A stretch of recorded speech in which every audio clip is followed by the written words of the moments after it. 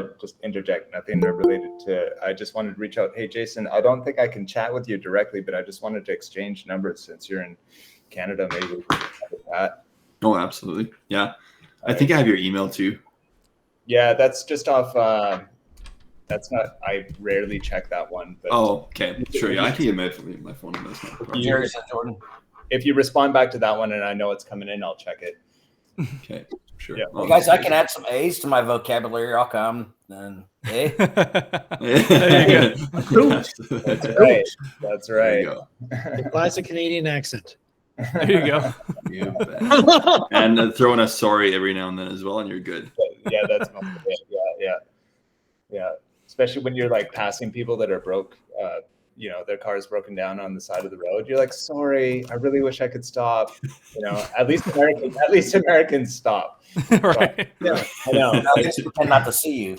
Canadians are polite, but I'm like, they're not that nice. Yeah.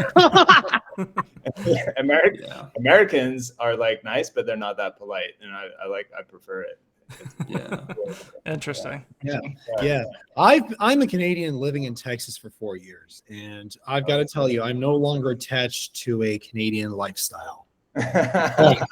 Came from the halfway boondocks north of Toronto for 20 or so years of my life, and I'm not regretting the move. Right on. Yeah. What parts of Canada are you guys from? I'm in Alberta. Yeah. Oh. Yeah. Temporary resident of Alberta. Yeah. Good stuff. We've only been there once. It was on a holdover, I think, on a flight to or from Vancouver. Would like to be there more. Nice. Right on.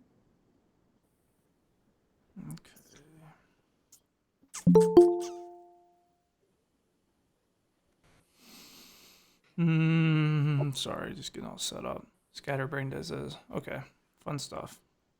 APIs, webhooks, and then Jerry, you had some fun. You had something fun that you wanted to do. I just couldn't remember it. What was it?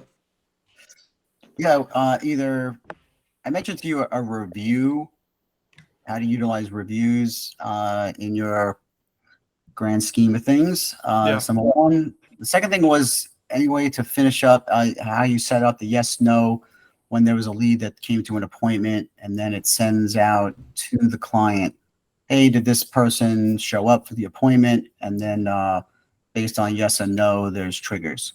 Okay, cool. All right, so we'll go over some basic API stuff. I'll have 2 endpoints that everyone can use and have fun with, and then we'll do one on location transferring too, because I've seen that be a common use case as of recent.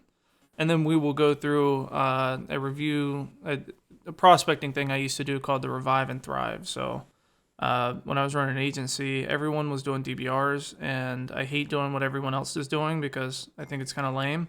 So I did something a little bit different, which was Revive and Thrive is what I called it. And basically it was this grand scheme master Google review gate thing that was a mix with a DBR that worked pretty well because it got instant results the day one. We would get tons of appointments booked, and we would get crazy Google reviews, and we would gate those reviews so it was always good reviews. And then it also gave us a chance to repair relationships with past clients, past customers who didn't have a great experience. We were able to re-engage those people and bring them in and book appointments with them. So it was really, really fun, rather than a traditional just DBR. If that sounds good with everybody. I don't know how much time we have. I have all the time in the world, but Joey, just one. Sounds good. One more request had to do with how do you set up the trigger so that if the client, the human, engages in GHL for responses, basically, and how do you turn off? How can the AI just totally turn off so there's no more engagement from the AI? Easiest answer, just take the tag off. If someone goes in there to reply, you're right there, just take the tag off. But I will have something in this new builder where it says, do you want us to stop for a certain event? And then the event is someone replied that wasn't the AI. The problem I can see arising with that is a workflow triggering for an appointment confirmation, but we'll try to do some stuff. But we'll have something for that internally, but the easiest way is if you have someone going in there, just take the tag off. Yeah, so if this guy's calling his leads, then he could just remove the tag. Yeah. Easy enough. Sweet. I'll check the chat later. Okay. Intro. Man, I saw this cool button. Just answer back to his question that you could get for somebody for $10. I can't remember who it was. One of these GL expert guys. They have a button they put at the top of your screen, and you literally hit the button, and it pulls the tag right off of the. So I thought that was pretty cool. It's like $10. They charge for the workflow for it, and then you hit the button, and it fires a workflow that turns off the bot or something. I can't remember how it was set up. GHL experts or GHL something. That Lily have on their page at the very bottom, it has this button in this workflow for $10. And I'm seeing it everywhere right now. Everybody's talking about this blue button at the top of their freaking screen. I don't know if that's Jordan, if that's you Nice. would even work with your Wow. system, but Yeah. You no- can even do it like just with a radial button, right? Like just a custom. yeah, radial it's how they're on, doing. off. It's just it's exactly what it is, on off. Yeah. I think that they're using it for CloseBot, to be honest with you, and one Yeah. of their workflows. But I don't know if it would adapt to Jordan or not. But Yeah. ask- Super, You can super ask easy. T and Just build on it. just on another chain of thought, Jordan. So let's say human interfaces, they take off the tag, they chat back and forth, and then they now want to reconnect the assistant back in. If they add the tag back in, will the assistant be able to correlate the previous conversation and pick up? Yep. It keeps permanent conversation logs on anyone who talks, so it'll be able to just pick up right where it left off, Perfect. or right where you, the human, left off. Yeah. So, Okay. like I said, before I get into too much techie shit, because I know I will, and I'll probably get a little overzealous because this is literally my life half the time. How much do we know about webhooks and APIs? How comfortable we are with those terms? Fuck all. I know that implementing them and getting them to like connect without Zapier and all that, like I would love. I know how to copy and paste them. That That helps anybody. without spaces, right, Johnny? Yeah. Don't put a space in nothing. There you go. Nothing, guys. If you're asking Pretty- for the definition on Wikipedia for a webhook, I'm sorry, Jordan, I can't help you with that. All right. Well, I hopefully have. It's kind of like threw together the last minute. I have like some stuff that should maybe get you up to speed on it. Can you see this? I Right. literally just put this together. Just to confirm, we are recording this, right? Yep, I'm recording it right now. I'm gonna send this in the chat too. You can make an infinity mirror, but I'm gonna send this in the chat. So these are 2 endpoints that I made for everyone last night. I built the API so you can use them, and I'll tell you what they do here in a minute. So I'm gonna assume that we really don't know anything about webhooks or APIs, and I'll tell you it's like the #1 way to actually build a tangible system, because when you have a software, when you have something, even if it's GoHighLevel, it's such a closed environment that it can only talk with things that are inside of it, right? Webhooks and APIs are the way that softwares, that technology communicate with each other. And you hear these things pretty interchangeably. You hear webhook, you hear API. And I just pulled this real quick of like what's the difference between a webhook and an API. Where I have a webhook, kind of like how you see in high level, like if I go here, and let me know if I ramble too much or you want to go deeper into it, or if it's helpful, or if it's not helpful, let me know. The links were just opening up black post screen for me. I don't know if everybody else Yep. did that. But. Yep, they're endpoints. Yep, they won't do anything. You have to call to them. So this is what this is right here. So this is a webhook. So what I do with a webhook is I'm sending data somewhere. I'm saying, hey, I have something for you, other system. This is GoHighLevel to Air AI, or this is my MLS or whatever, saying, hey, I have something for you. I'm going to send this to you. This is the way systems communicate, webhooks and APIs.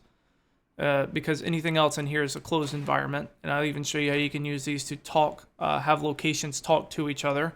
So if you have a multi-location deployment, maybe a studio or a company that has multiple physical locations that sit in different accounts, or you as a agency would like to scale out a certain business function, you can actually use these to talk within each other. So pretty cool shit.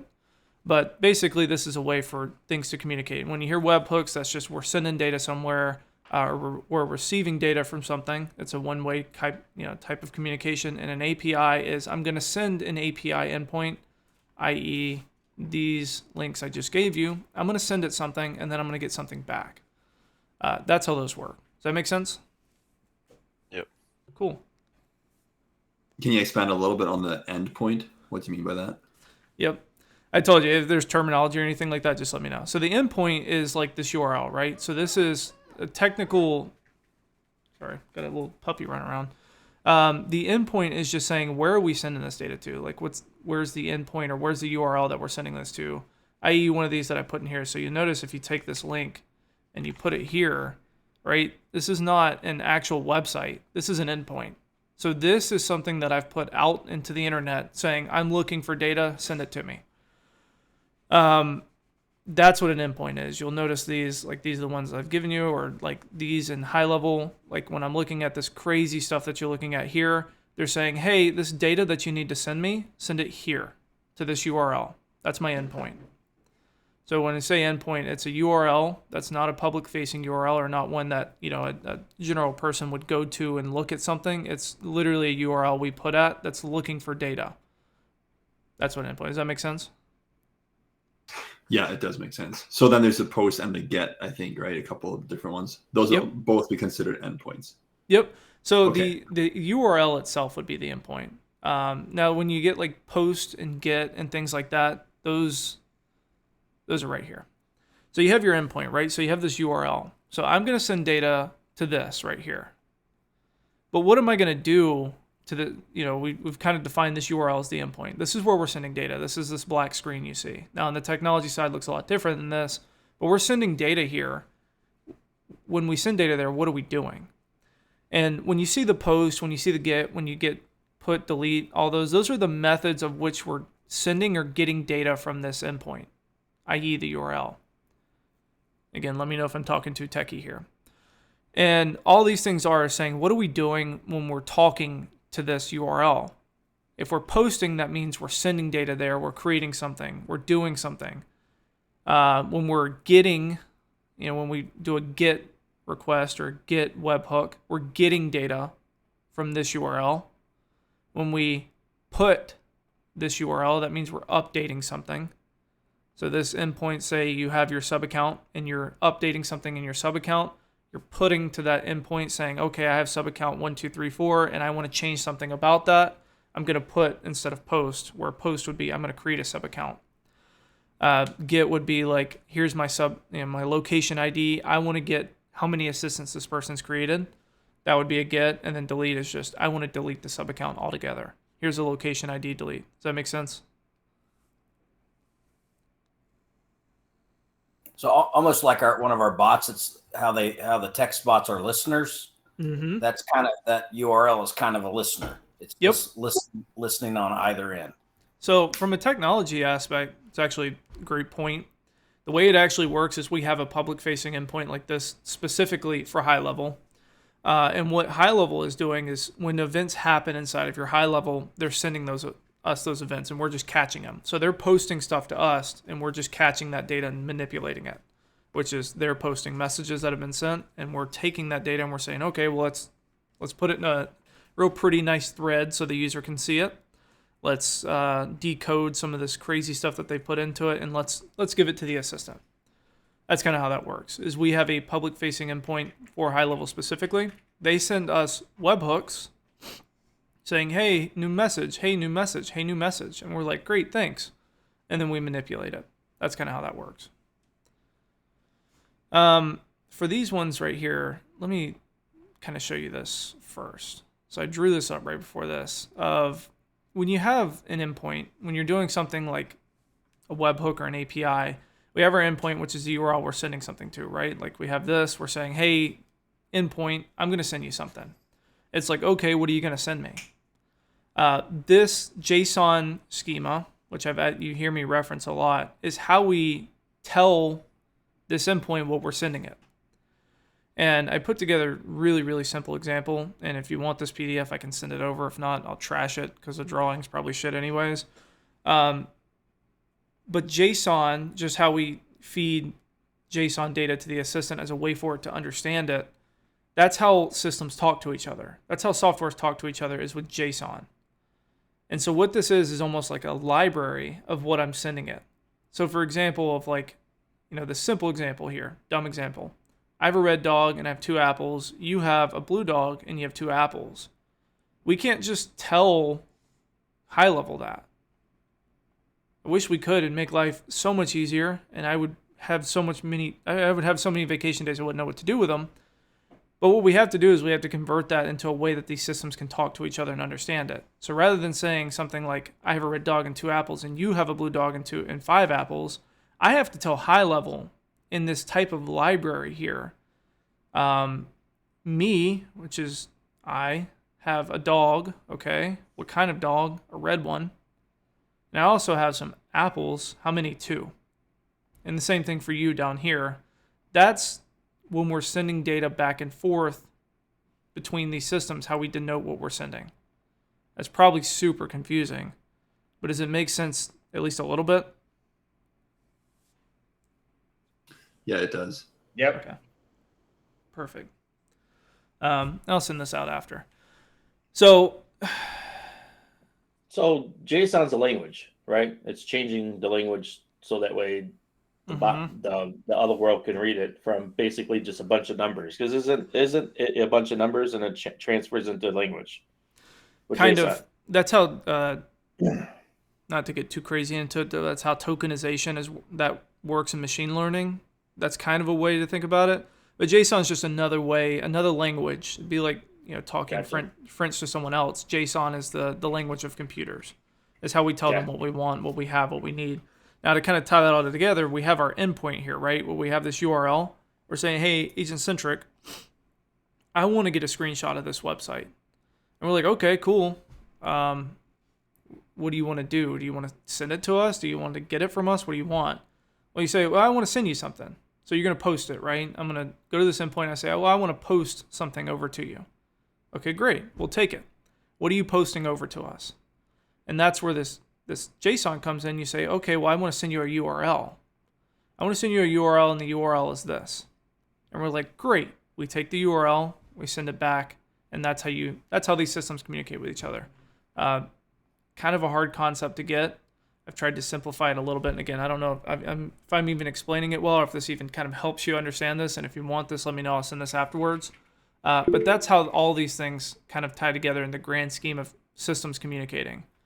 A real fun example here that I put together last night was these 2 endpoints that I made for everybody here. You can use it in your prospecting. You can use it in just a lead magnet, whatever you want to do. So these 2 endpoints I created are with URL manipulation. So you send us a URL, we'll send you back some cool stuff. For example, on this endpoint, right, the screenshot endpoint, if you send us a URL to the screenshot endpoint, we will send you back a screenshot of the website. Awesome for a lead magnet. Someone puts in their website, you send back a screenshot of their website, say, hey, I was taking a look at your website. I noticed you don't have a chat widget on it, or I noticed that you aren't calling out your certain customer, or you don't have any call to actions, or you're not collecting any information. I can do that for you. Would you like me to do it? Great prospecting tool. And the other thing is a website summary. You can use this to feed to your AI. You can use this to feed to internal AI tools, whatever it is. You send us a URL, you post us a URL, we'll send you back a summary of that website. So we'll scrape it, we'll do all the fun manipulation, and we'll send you back a paragraph summary of the company, everything they do and what their prices are, everything like that. And so I figured these would be tangible ways for people to play with endpoints here in a very simple way and get some tangible stuff out of it. So I'll show you here, for example. So I'm going to, I'm in HighLevel. I have this new workflow. We're going to say get screenshot. Or I guess if we keep the technical terms here, we're going to post screenshot. All right. And what I want to do is I'm going to do a webhook. I like this custom webhook. It's easier for me, but you can do whichever you want.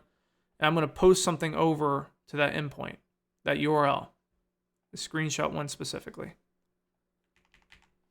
So I'm going to post to the endpoint, the URL, this right here. Now, another complexity to this is authorization. So sometimes when you're working with systems, there are some systems that don't do it. Most will, though, that require authorization. And that just means you have a key. You have an API key. That way that when you're making calls into your system, into your data, that I can't go in and do it the same thing because your key's associated with that. I can't steal your data. You can't steal mine. We all have unique separate keys. to get into and manipulate this data. I hope that makes sense. Now for this one, I set up a bearer token so that everyone can get a little practice with the API keys that are in the integration section here. So you can get API keys through us. And so for this one, we have a bearer token. And in fact, I may just put this in here. I don't love HighLevel's webhook builder, but I'm going to add a header. And the header is just saying, what's some important information for us to know when you send us this? And we're going to say, well, the important information to know is we have a key. We're able to do this. And little nuance here, don't feel like going into technical terms, but when you do something like authorization for an API, bearer goes in front of it. So you don't just put the key, you put bearer, and then you put the key afterwards.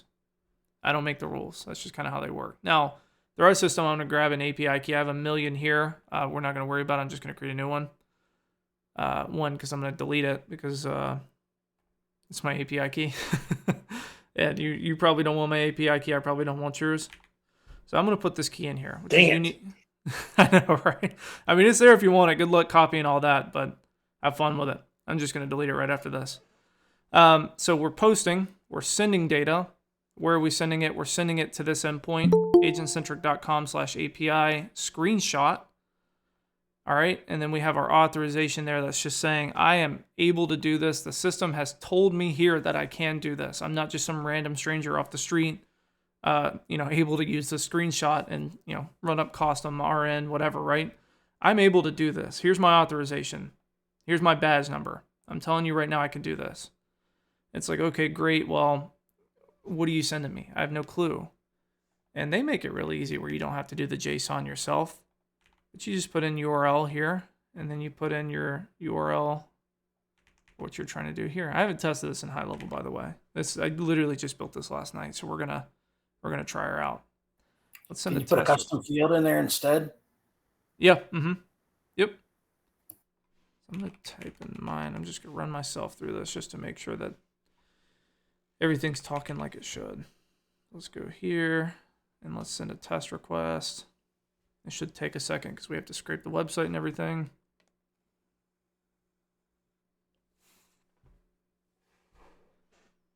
And if not, we'll do a little bug fixing. While it's doing that here, so you changed, you added a header there, but it was, the authorization currently is none. Does that just mean that you wouldn't have to have a key for that? Yeah, you could do their bearer token one. Again, I have a not a nuance with HighLevel stuff, right? But I like to do it this way because this is how it's set up in like raw code. Like if you go to, we're getting real technical here. Let's go to Postman. I'm just going to sign into Postman.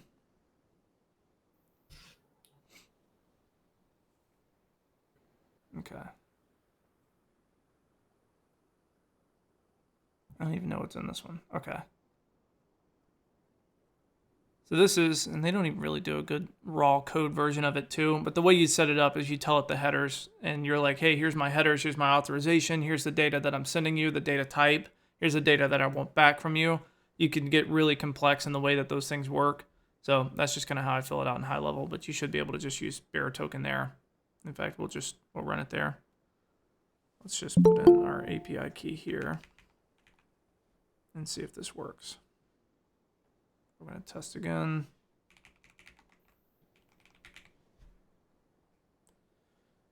And then I'm just saying, hey, HighLevel, send some data. So I'm going to post some data over to these weirdos, and I want to do this thing. And here's my token. They said I can do this thing, and the thing I want to send them is a URL. And I'm saying in the same way here, where I'm saying, what do I own? I own a URL. What's the URL? It's this. That's the URL I have. And this can be filled with a custom field or custom value, which is, I'll link up something here now. But you see now, I get a screenshot back. I get a URL of a screenshot. So let's just take this. I'll throw this in here. Let's get rid of that. Boom. I have a screenshot of the website. Fun stuff. So I'll save that. And what I'm going to say is I'm just going to name this here, get screenshot. So now I can use this as a prospecting tool. So now I can set up, I'm just going to go here.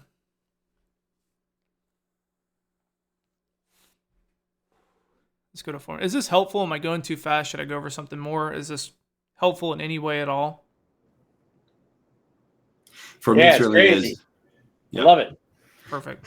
Yeah, I'll have a couple more questions later on regarding connecting to a software, but Perfect. You know, it's funny because X place I was at, they gave out endpoints to do summaries of websites. Basically, it pulls all the information as a summary from the website and it dumps it into custom fields for you.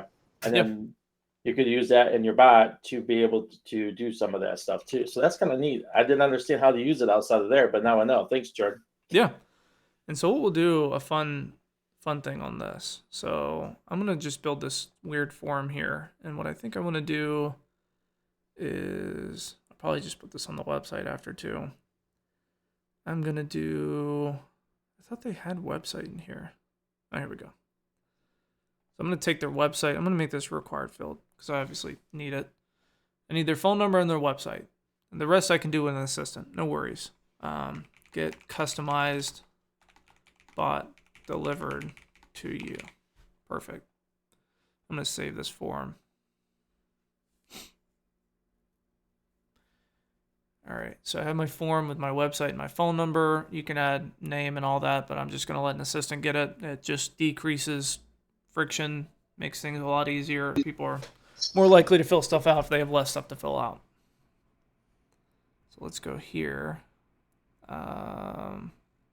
We can use Dialflow, my fun little new fake AI agency. Let's go ahead and edit this one.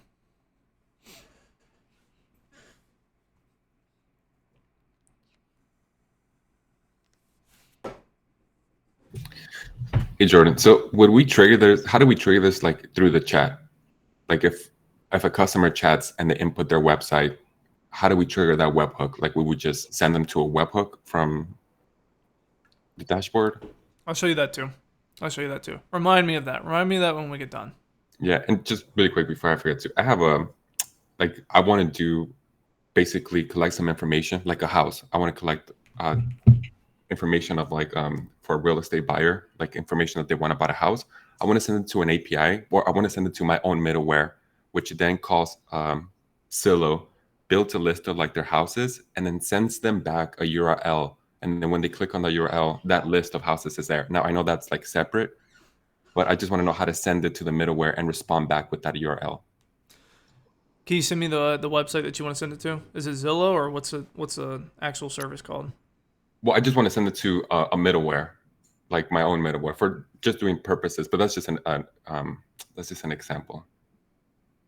Like I want to do the same for like weight loss. That's an example. I collect their information to pre-qualify them. And at the end of them, I want to send them like a link when they click on it. It's like, hey, based on the information you provided me, here's how much weight you expect to lose. Here's the next steps. Like it's a customized page based on the information I collect. Yeah, it's easy to do in the funnels. Remind me of that. We'll play with that too. I don't know what everybody else's schedule is like, but I have all the time in the world today besides updates. So I figured we just hop on here and play around with some fun use cases for a couple hours or so.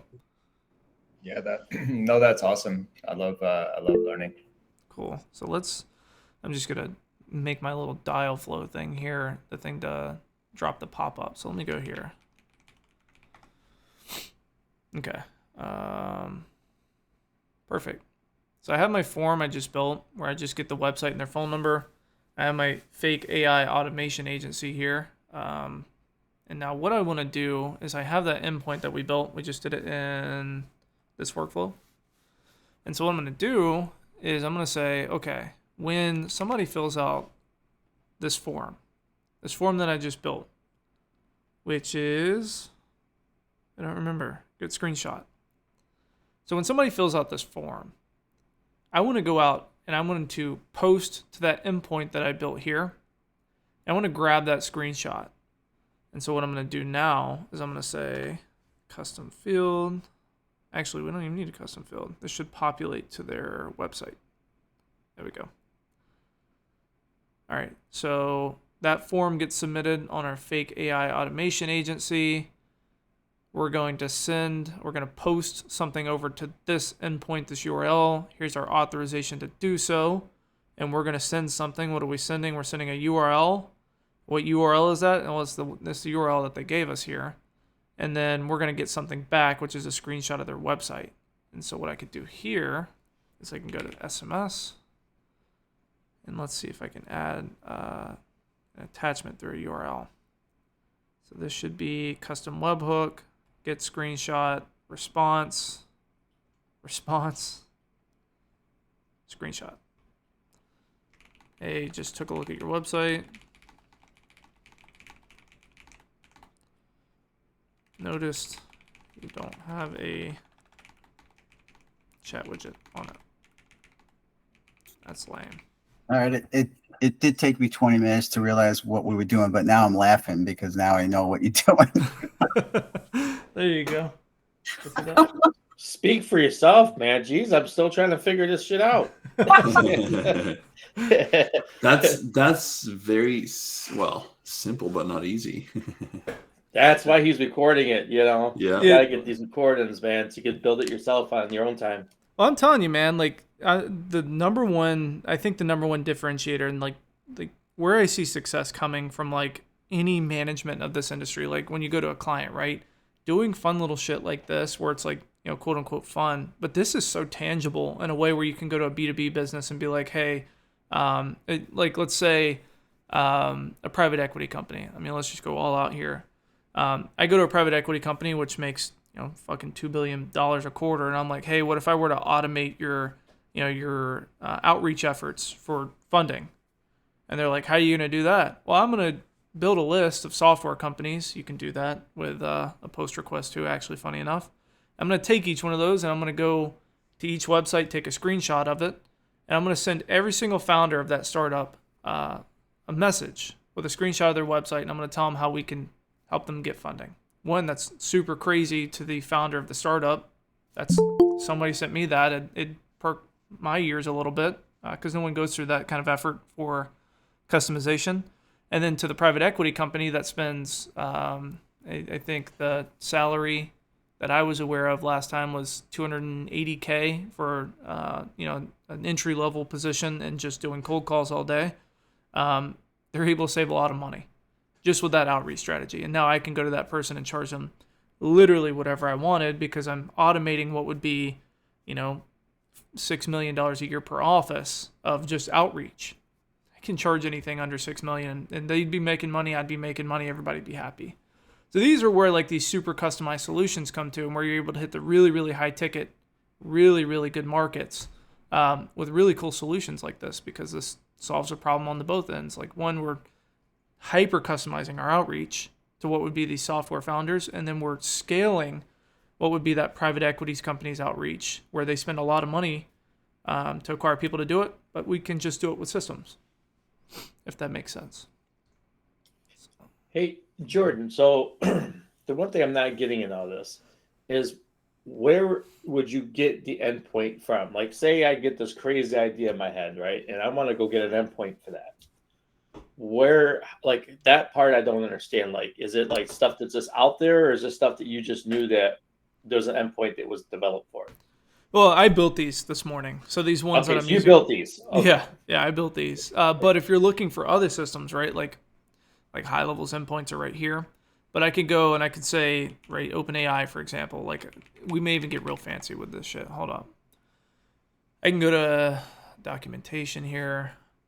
We'll log into my stuff. API reference. Here's all the endpoints for OpenAI under API reference. So for me to do, let's say I want to use Vision. Images. No, I want to use Vision. Where's Vision? I can have an assistant do it. But anything I click on here, right? Like, let's just say chat. Here's their endpoint. They're saying, hey, post, send data to this URL with these headers, right? I'm looking for making sure you have authorization, making sure I can credit your account and charge you money, making sure we know what you're sending us here. And then here's that little schema that I showed you here, right? The hierarchy of here's me. I own a dog and it's a red dog and I have 2 apples. And my friend here, you, has a dog that's blue and he has apples and he has 5 of them. That's what they're looking for here. That's all this in plain language. That makes sense? Mm-hmm. Cool. Yeah. I was trying to look for vision. Because I was going to get even fancier with vision to analyze this this screenshot. See if we can find up something cool, but I can't find their endpoint for vision. Let's look on here. There we go.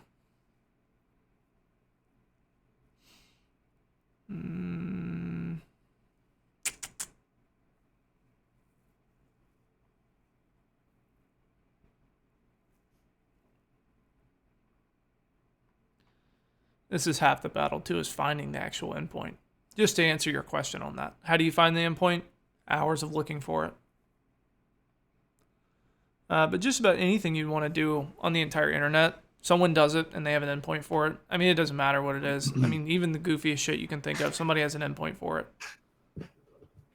So pretty much like every software, and for example, I'm trying to connect to ShowMojo or Propertyware, like they would have, I know they have endpoints. They would probably just have them on, I guess, once you're a user or whatever, right? So. Yep, the same way we do. When you sign in, we say, okay, you want to work with us on a more technical level. You want to send something else on the back end. You don't want to use our interface. You want to connect us with something else. Because you can do this with calls and everything. We have endpoints for calls that you can go to HubSpot and make a call from.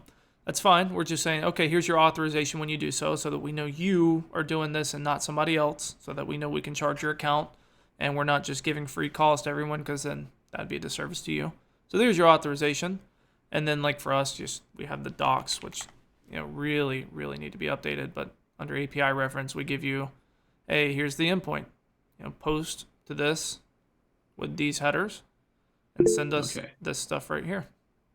Most services have that. Cool. No, that makes sense. You're creating the actual code for the integration, and in this case, you're doing it in a webhook inside of GoHighLevel. Yep. What if, as you know, I'm a huge fan of GoHighLevel, but what if you wanted to do the same thing outside of GoHighLevel? Actually building that right now, and how that would work is that would be a double-ended webhook, if that makes sense. So you would send us all the data, and you'd say, where do you want us to send this after? Because it would probably, like the assistants, they're not just send something and get something back. They're much more complex than that. So you would say, okay, send us something. Where do you want us to send it back when we're done? And you'd say, okay, send it here. You'd give us your webhook, or we could send the data. And it would just be a back and forth catch, post and catch kind of thing. That's how that would work. That's where a Zapier and a Make comes in with their webhooks. You can get rid of those. Most of these systems have, like HubSpot has this, GoHighLevel has this. That's what their little builder here is for. It's like how the post call webhook works, is you're just like looking for us to send you something, and then when you get that, what are you going to do with it? Well, I'll just send the message. And the same thing, send it out. Oh, I have a customer that replied. Let me just webhook out to their endpoint and get a response, and then we'll just send it back to your other one, if that makes sense. Yes. So basically, GHL could be Zapier if you really wanted it to be. Exactly. Okay, so let's try this out. So I have the workflow here, which is just when someone fills out this form, we're going to go take their website that they gave us, and we're going to get a website back. We're going to get the screenshot back, and we're going to take the screenshot, and we're going to, this didn't save. Let's do this. Oh, no. And Jordan, what in this workflow, you needed your agentcentric.com spot because you have something on your website that is able to trigger this? Is that through your API? Yep. So it's an endpoint that I built, so that those URLs that I sent you are endpoints that you can use. And the schema for them is this. So we can actually use these ones to create an endpoint for that, and then run this by me again. How do we get our own APIs without messing up your stuff? Own APIs to go do stuff, or like within our stuff? Yeah, just like in this example right in here, you created an API for your workflow, right? Like if we use your endpoint, how do we get our own API so we could do that? Write a lot of code. Because most of the stuff, like how these work, if I'm understanding that correctly, like for these endpoints, right? These APIs. Are you talking about? So that's an API. I thought you copied and pasted like a long dash number that we would have to generate for our own. The API key, yep, that's in here. So under your admin dashboard, under integration, you come here, create a key, and we'll give you a key. You just copy that over. Don't give it to anybody else, and that's how you use your authorization. That's how we know who you are. Okay, gotcha. Yep. I must have been daydreaming when you covered that step. Okay, cool. So let's do something real quick. Okay, so I want to, let me make sure I save this. So I built the form. The form's sitting right here. It has a website, has the phone number, and then I'm saying when that is filled out, I'm going to take what is the website that they put there. I'm going to send it to our endpoint. Our endpoint is going to send a screenshot back, and then we're going to text them what would be their now new screenshot. So let's say get screenshot, response. What response did we send? Well, we want the screenshot. We're going to add that to this text. Real funny looking, but let's try it out. So I'm going to say website. Let's do HTTPS. agentcentric.com. So I'm a lead coming on to Dialflow. Here's website. And I'm going to consent to stuff. Get a customized bot sent right to you. And then this should be working now. Where this comes through. I'm going in there now. It looks like it's posting over to us. We're scraping the website. We're putting all the resources together. We're grabbing a screenshot of the website, and then we'll send it back to HighLevel. And hopefully, if HighLevel is working great, then we can send it back. And let's do those. That should be sent to my phone number via workflow. There we go. Hey, just took a look at your website. Notice you didn't have a chat widget on it. There's the website. Fun stuff. Look at that. Super customized. Now, lead, when they come to this theoretical company that I built, Dialflow, and they want to book an appointment, I can just go here and be like, hey, bro, look, I noticed you don't have a chat widget, man. What are you doing? And use that for prospecting. Now, if we want to get real fancy, like I said, I didn't see the endpoint on here. Maybe I'm crazy. Let's just do OpenAI Vision endpoint. I don't even know if they have an endpoint for it.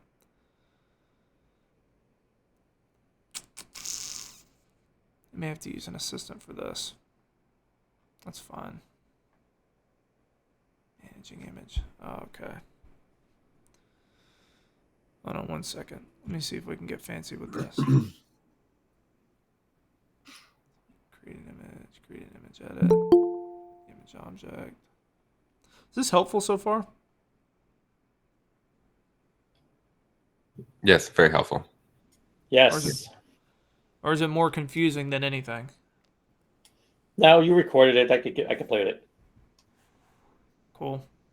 Yeah, this is super cool though, because like you can do a bunch of neat things that I think a lot of people aren't doing. Because like I feel like everyone's offering like basic chat bots, but this really opens the door to a lot of cool things. Well, that's what I was hoping it would do. Like I said, most of the time, man, I see the same offer from everybody, and even though the same offer can be dazzled up to be something really incredible, it's the same thing from everybody. So if you have the technical knowledge and the know-how, right? Like you're an expert. Like people pay you for your expertise in what you do. If you're an expert to say, dude, totally cool, we can build this awesome client acquisition for you with ways that people in my industry don't even know how to do, and you charge the same price, who do you think they're going to go with? If I compete with whomever on this call as an agency perspective, we're both charging $497, and I go on here, I'm like, yeah, he's going to do a DBR, but I'm gonna really build you a DBR. In fact, I'm gonna go to the MLS. I'm gonna pull the actual real estate listings for you. I'm gonna bring them back in. I'm gonna send this as hyper customized outreach or in a B2B setting. Hey, look, I'm gonna go take a screenshot of their website. I'm gonna get a summary of their website and use that to do outreach. I mean, there's no chance that anyone could compete with me in that way. It wouldn't happen, if that makes sense. So let's do something even more fun here. So I have the get screenshot one in here, right? So we found out that works. Hooray, because I didn't know if it would. Let's do a second one. This other second one that I set up where we can get a summary of the website too. I'm just going to copy this over. I'm going to say get summary. And this is how we can really make some fun stuff here. So I'm going to copy over this endpoint here. I have the second one, which is website summary. And then I'm going to just change literally the endpoint. I made everything else the exact same. That way you can just copy and paste it over. I'm going to make sure that this works. If I send the website, we should get a summary back.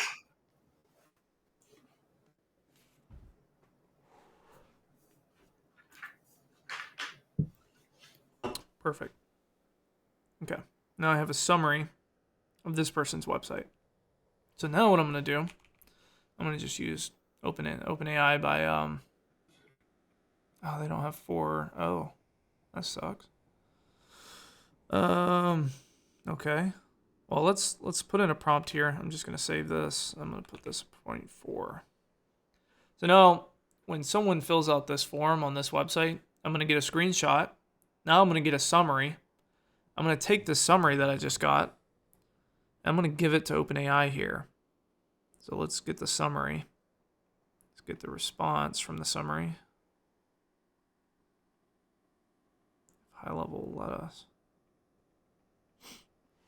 And I'm just going to tell the AI that I want a customized message based off of this. Review the company summary and come up with a strategic way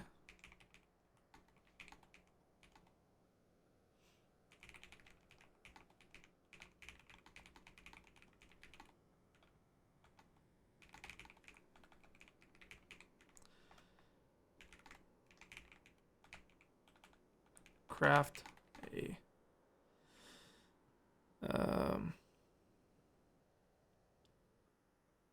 let's just say craft a sales message, a cold outreach sales message with a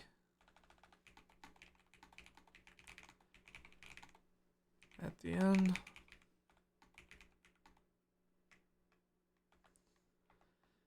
All right, that's fine for right now. I'm going to save this. I'm going to refresh the page so high level's not acting crazy.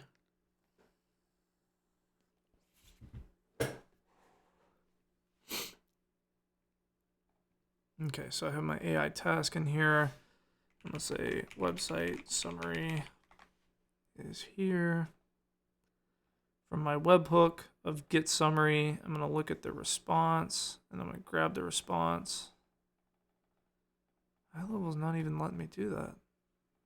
I love high level. This is the best CRM in the world.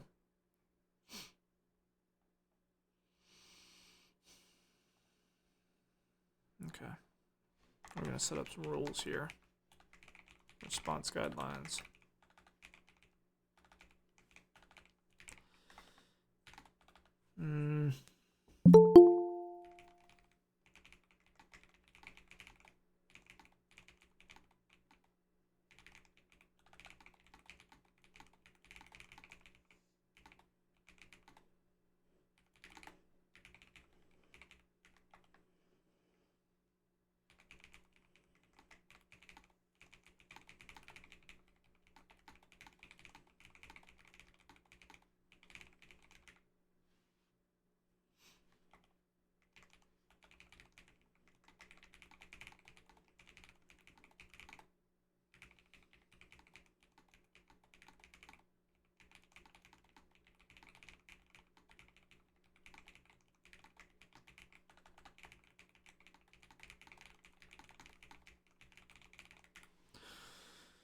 Okay.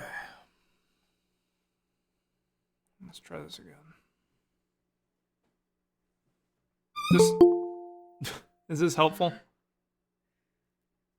So everyone finding some sort of value in this? It is, and I have a question yeah. regarding why you're using the GoHighLevel GPT there instead of just taking to the Assistable. Right now, I just for this example, just crafting an initial outreach message. Yeah, rather than I can give it to an assistant and be like, hey, here's, outreach this, but, like say I'm starting this campaign off of this, I'm even going to tie it into assistant to kind of, bridge this gap, because this will just be the intro message, highly customized intro message, and then I'll have the assistant take it on the back end. Okay. That, and it's just right here, and also kind of shows these systems playing with each other. Let's go to response. Let's go here. I love high level.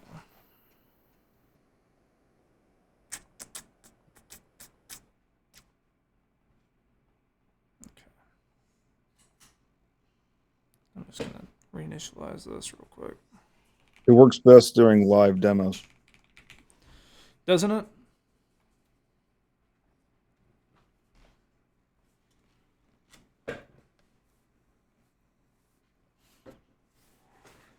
I may have to add some lo-fi music to the video so people don't get bored with all the silence. Okay, perfect. Let's save that. Let's see if high level will actually give it to us this time.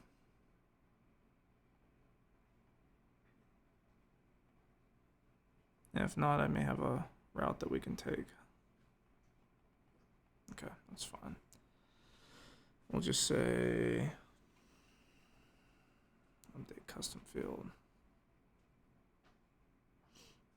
I'll just use a random one here.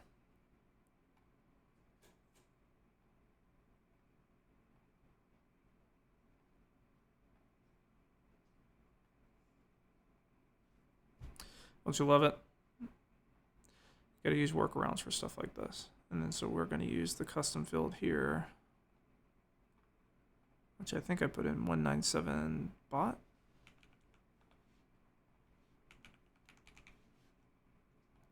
There we go. Okay, so now what this is going to do is when someone fills out this form on dial flow here, they're going to give us their website, their phone number. We have a workflow here that's going to say, okay, when this form specifically is filled out, which is that one on the website, go to this endpoint, grab a screenshot of their website. All right, and then go to this endpoint, grab a summary of their website. And because high level doesn't want to act correct, I'm just going to store this temporarily in a custom field. And then I'm going to reference this custom field in this GPT call. And I'm just saying, hey, chat, just review the company summary and come up with a really personalized outreach to the company. Craft a cold message with a call to action. Here's the website. And then make sure to be concise when you do it. And so then we're going to take this SMS. I'm going to put the screenshot down here. You can add files through URL, by the way, with custom fields and custom values down here, if you didn't know that. And then I'm going to go here and I'm going to say from that GPT call, I'm going to go ahead and grab the response.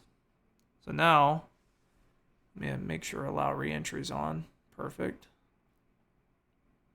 If I go to my contact, let's go here. Now if I go to dial flow and I say, here's my website, here's my phone number, I consent to getting bugged. So now it's going through the automation here. It's calling to our endpoint. It's posting to our endpoint with its authorization saying, hey, give me a screenshot of this URL. Hey, give me a summary of the company from this URL. We're taking the screenshot, we're putting it in the SMS, and then we're going to OpenAI and we're saying, hey, we have this company that's reaching out to us.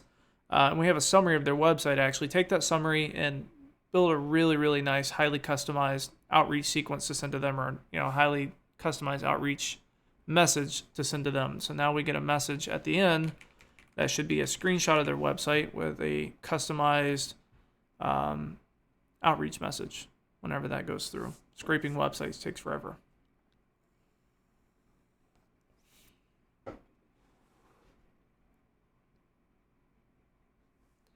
Perfect. All right, let's go back here. Let's go to conversations. They send an email. I love OpenAI. And then we can go back and refine this, but now we can throw this in an email too. But the idea here is we have now a screenshot of their website, and obviously we'll go back and tell the AI to just, hey, 1 to 2 lines at most. But now we have customized messaging too. So let's go back and let's fix this up. And let's go to OpenAI and we'll say, I'm going to give it some context here.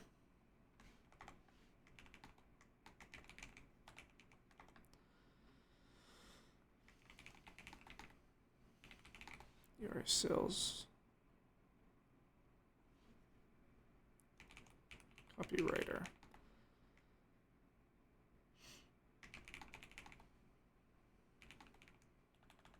Let's say someone has inquired our website about working with us to get AI installed in their business. We have the website summary, and we need you to output a 2-sentence text message that is personalized to send to the user to start the conversation. I'll make sure response guidelines here. Let's say formatting will be sent as a text message with a casual, concise tone. Make sure to not output more than 2 sentences. And then we'll just say ideal response. Just like you're talking to an old friend.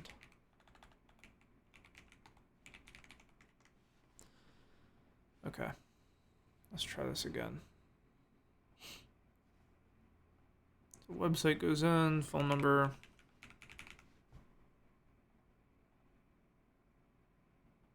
Perfect.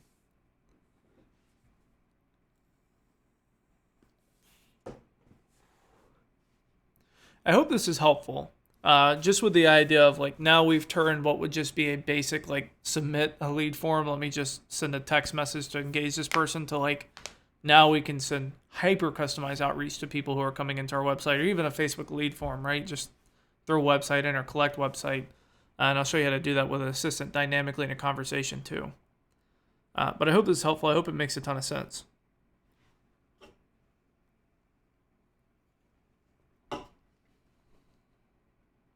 Everyone good so far? Are we confused? We feeling good? How are we feeling?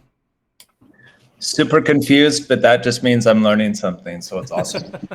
Good. Yeah, it's great stuff, man. Yeah. One Okay. question, one stupid question. Where do I get the API number? Sorry. The key? Yeah, the API key.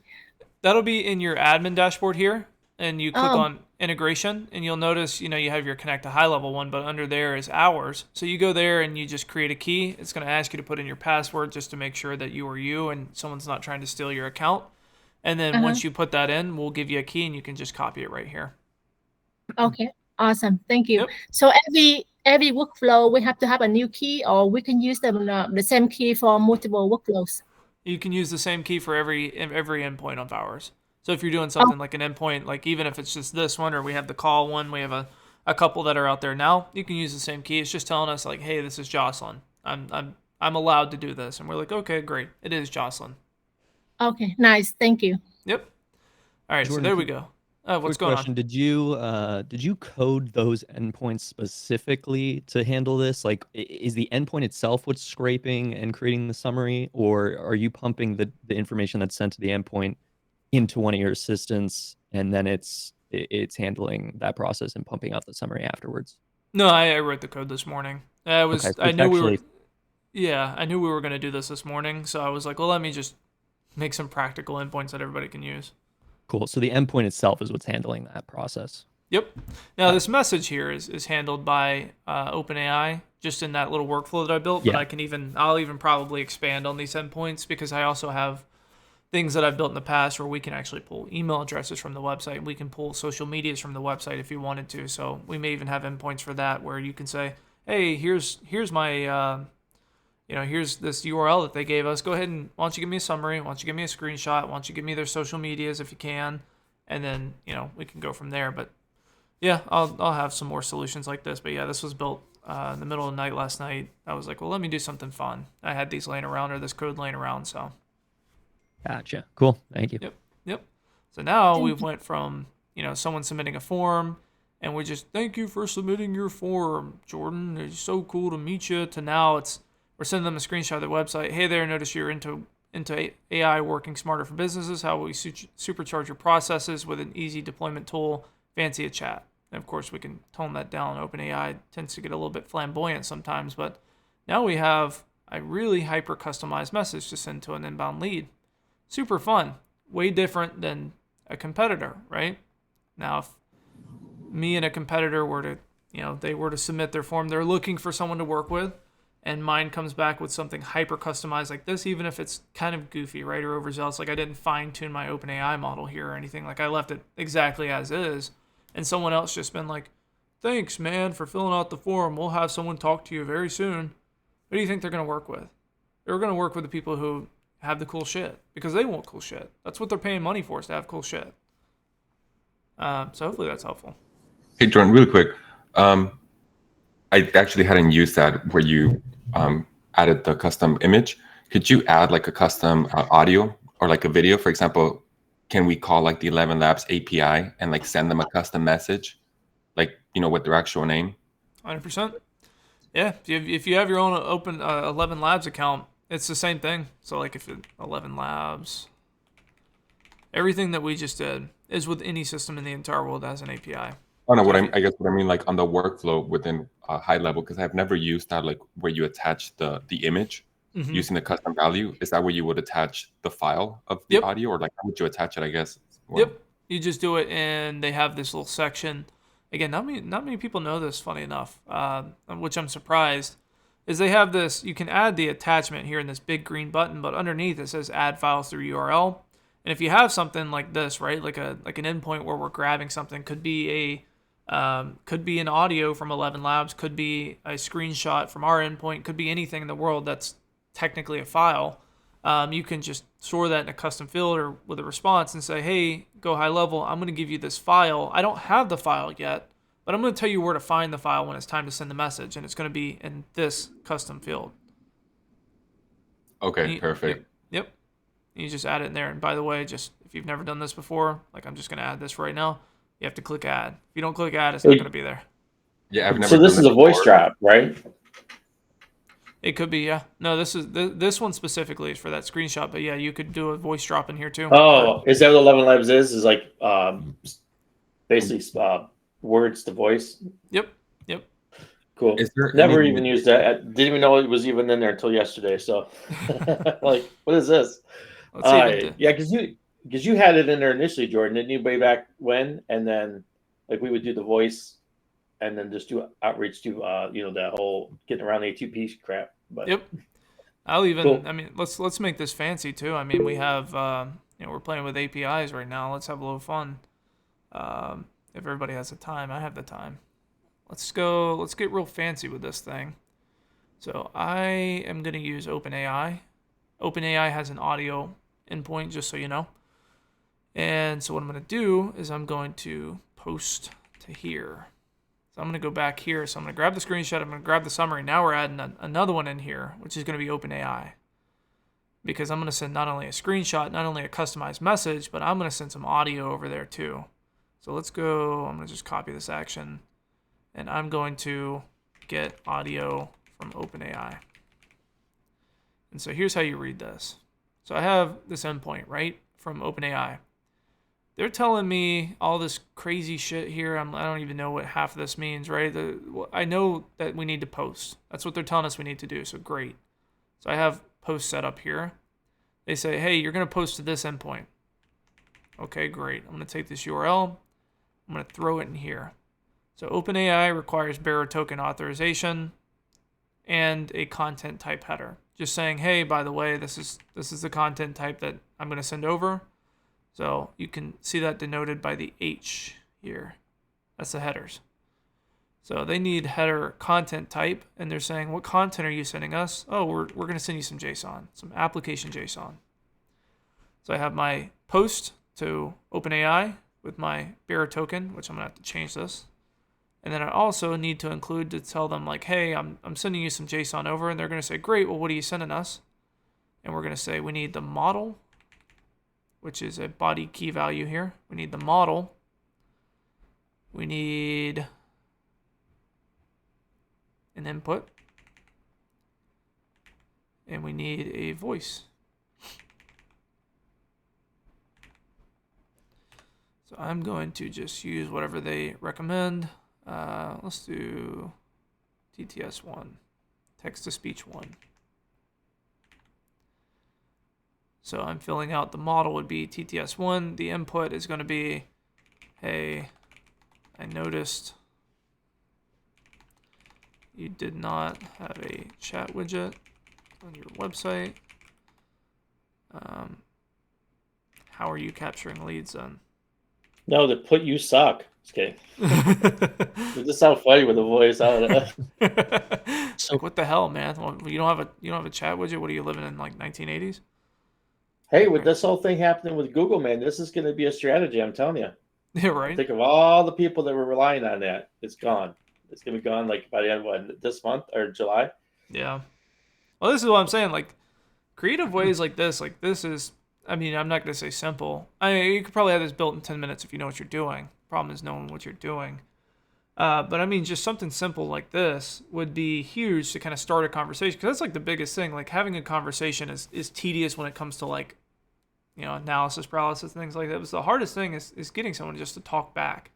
And so we're able to send super, super customized stuff here. And even for a client, we're able to build really, really customized solutions for their use case using stuff like this, connecting to other systems. So let's say...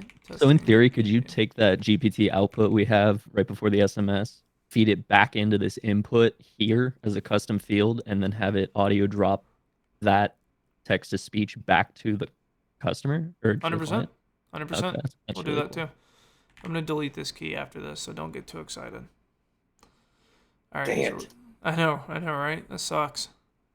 All right, here's what I'm going to do is I'm going to move this one down. Hey, I got a new ad for you, Jordan. You could do a picture of like the old guys like me, a young guy like you, and then you could do like this all this technical stuff and be like, hey, look, even this guy could do it. All right.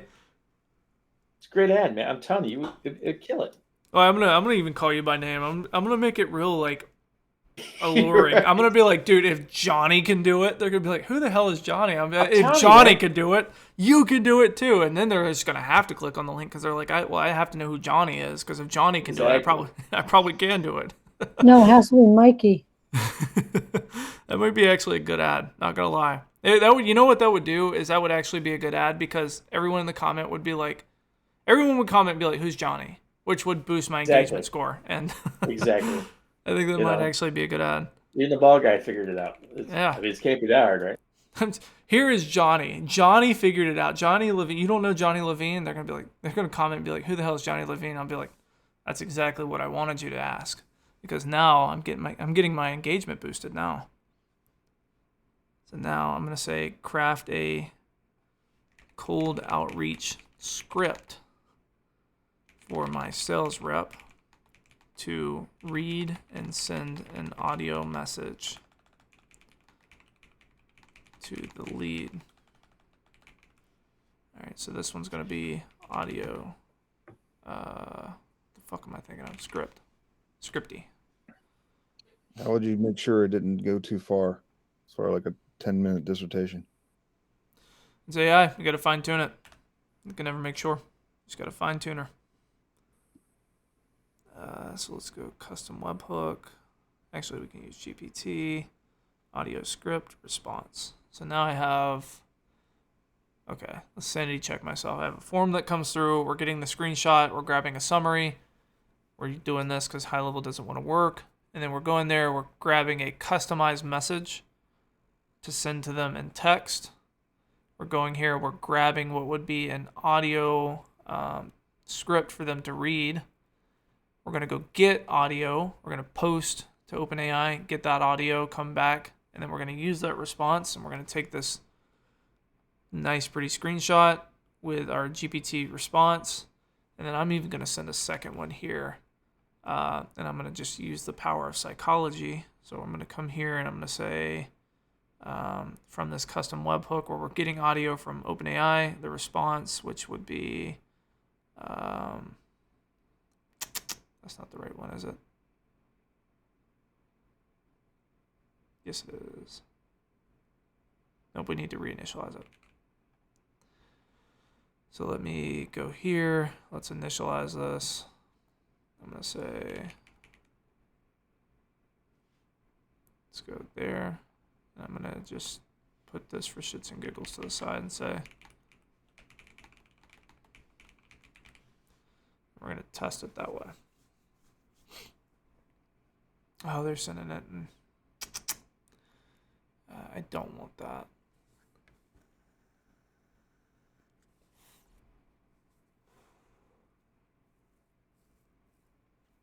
They're going to send it raw.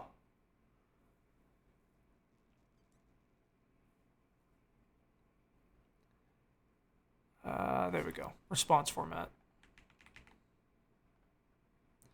I need to add another one here saying, I want you to send that back as an MP3. Let's test that again.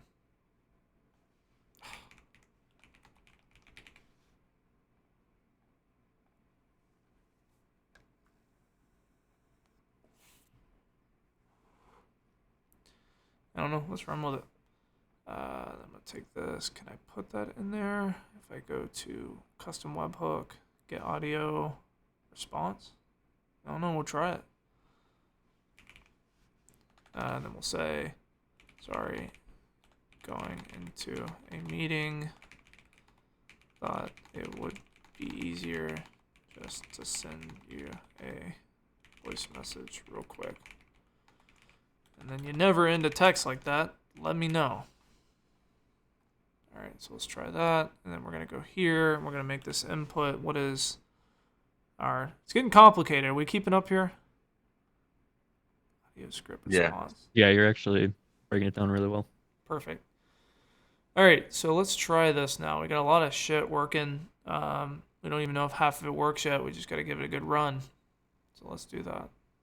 So let's go here. Here's our website. Here's phone number. Get a personalized bot sent to you. Great. Now let's go into this automation. Make sure everything's firing like it should. So we're getting the screenshot now. Waiting for a response.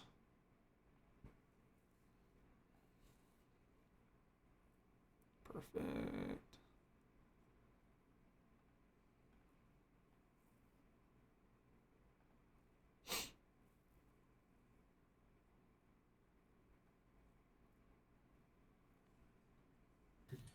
Okay, so then we should be able to take this to like the next level using like HeyGen or something like that, no? Where like we can then send them a video of ourselves talking to them directly instead of doing the audio.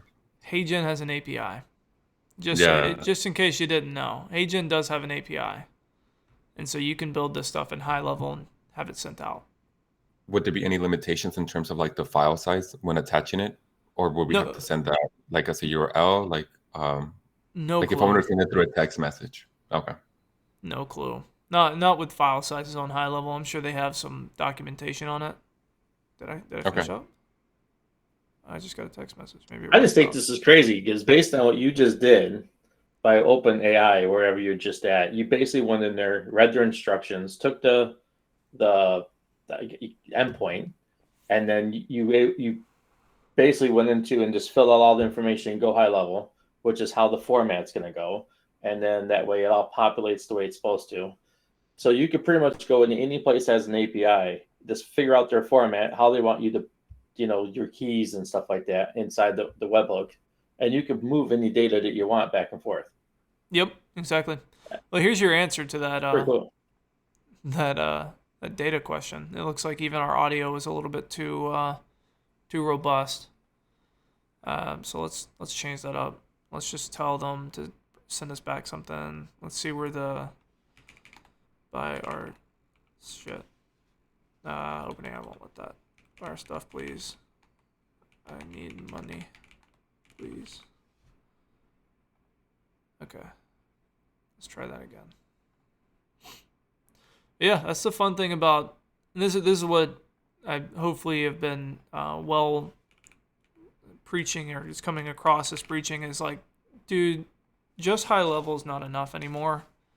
Like, high level would have been a great value prop like 2 years ago, but everyone had. I'll tell you, because I have the full list of everyone who uses high level.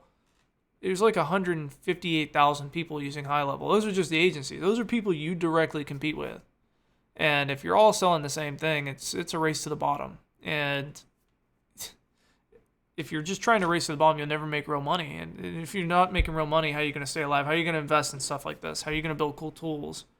So the way that you make more money is make yourself more valuable. The tangible result, the tangible things that you do for a business, with connecting cool systems like this, is going to be the value discrepancy that you create is how much your service is going to be worth.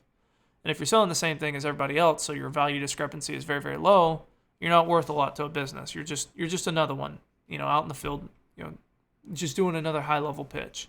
But if you're like, look at this, I can send audio, which I don't even know if this came through. Yeah, it didn't even come through.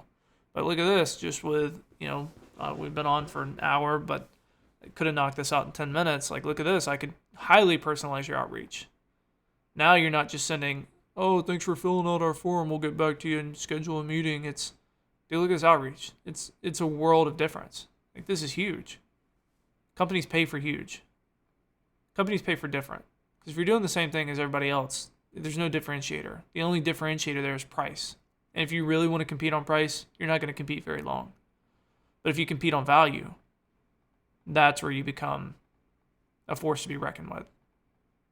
I hope that little rant right there was helpful. Well, yeah, I love it, Jordan. I mean, learning stuff that in the tech space that the average person won't even take the time to understand because they're to keep reusing the same tool, just like GoHighLevel. I mean, coming from HL Pro Tools, the time I spent, 99% of the people want it done for you, even the agencies that are using a tool like that, right? So I look at this whole thing as, forget about the tool, understand the tech and the tech behind it, and you could go so many different places because you can create what nobody else will take the time to learn. Yeah. So I love the fact that you're doing these classes and it's not always based around how to build the bot, but how to get behind the scenes and see how to construct the bot and maybe use that same construction to build other things to work with your bot. And that's where your technology is just like off the hook, right? Because we're able to do so many more things than just build assistants or now you can build those crazy things that these businesses never even dreamed of. Exactly. And then you could put it in front of them with a flow chart, right? Like, here you go. Let's build this thing out right here, No, I love that, man. Thank you for sharing this stuff with us today.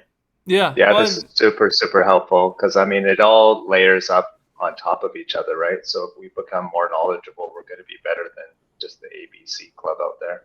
Well, that's what I'm hoping. Like, that's the whole thing is like, look, I'll be honest with you. You stick around for the AI, but that's cool and all. But what I really want everyone on this call to be is competitive, successful. Like, that's kind of the only way you kind of live and breathe in a truly meaningful way here. Because we're all just doing the same thing. Like, it's kind of why I have like this vendetta against like just handing out a snapshot and being like, okay, here you go. Because then everybody has the snapshot. And then okay, we get you started with a snapshot. What happens if you have a client that wants something cool? You use the snapshot. You don't even know how to build it.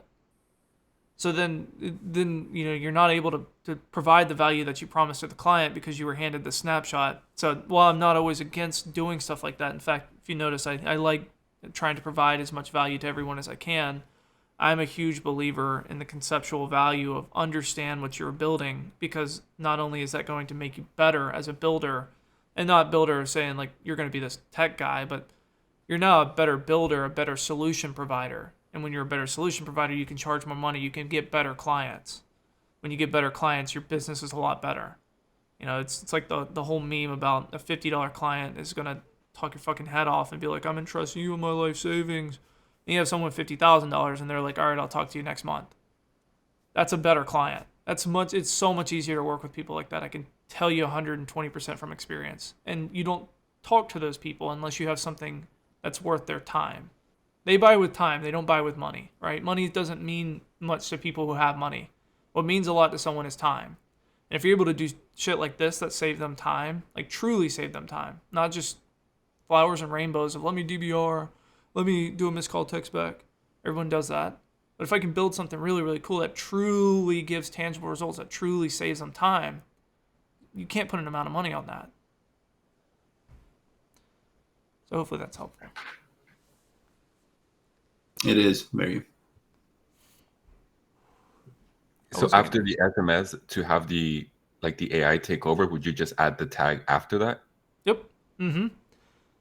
So what I would probably do here, because I may just, again, I'm kind of building out this fake AI agency now with this, with these workflows. So I guess let's make this a little bit more robust. So we're sending them, this customized thing. I also want to change this. The verbiage is way too casual, like way too casual. It's almost gangster. So let's say ideal response, just like you're talking to an old friend, casual and professional with a proper call to action that truly inspires a reply. All right, so now we have this. And then what I like to do is attention is scarce. A lot of people are like, I'll follow up with them in 2 hours. No, fuck that, dude. I'm following up with them in like 5 minutes. I mean, they're there. They just filled out the form. They know who you are still because they're going to forget in 10 minutes. So I'm going to set a 5-minute wait here. I'm going to look for a reply to this last message, this SMS that we sent out. And what I'm going to do here is I'm going to say, did the contact reply? If the answer is yes, the assistant's going to take it. I'm going to add an assistant tag in here in a minute. So if the answer is yes, which is contact replied equals true, then the assistant's going to take it. If they didn't, then we want to just hit them with a quick follow-up. And I like this one. It tends to work pretty okay, as I just like to... we don't collect their name here. I'm going to say, let me know if now is still a good time or not. And then I can begin to build this sequence here of just follow-up. So we'll just copy this out a couple times here. Let me change these waits. So we have the 5-minute wait. Then I'm going to hit them with a 35-minute wait here.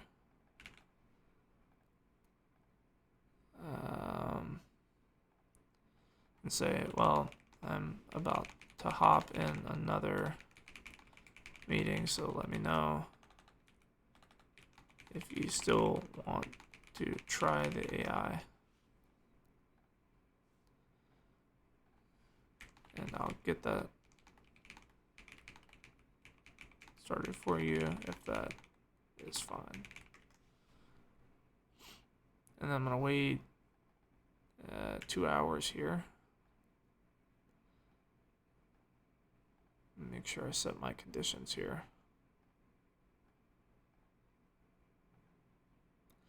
So 2 hours, I just hopped out of the meeting, right? In a theoretical, timely manner. Just got off the call.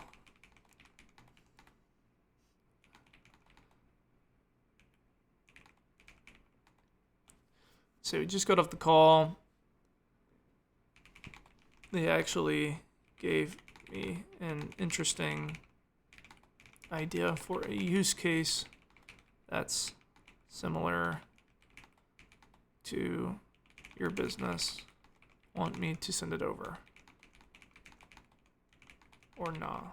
Or no? That way it's not, do you want me to send it over?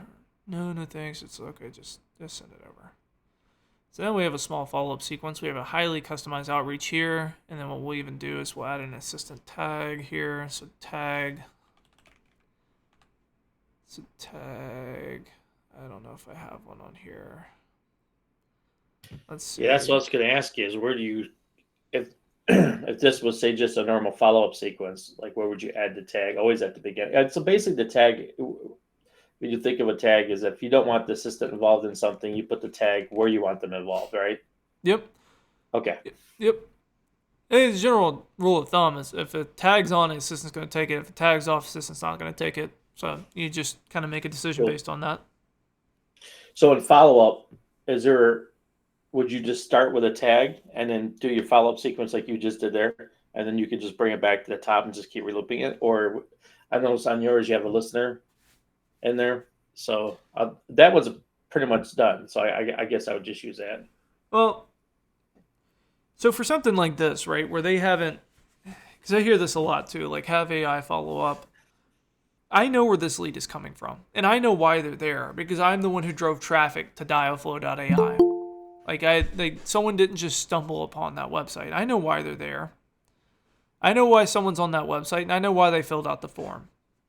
So, as much as I could feed that context conceptually to an AI, I may be egotistical to say, think I can follow up better than an AI in this specific situation. Yeah.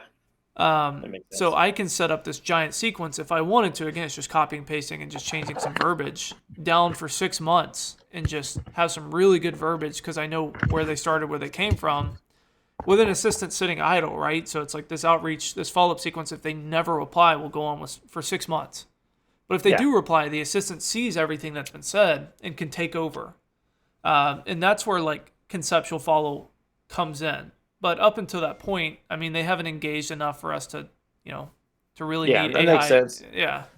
Yeah, but you're paying for that too, so you have to always think about like, do you need AI in all those circumstances, like reminders and stuff like that. So I get it. Yeah. Mm-hmm. Okay, let's go here. So I think what we'll do is just create a random tag. Flow testing funnel for fun. And I probably want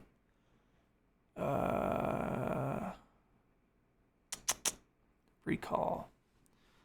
And then we'll just say dial flow testing assistant for lead magnet.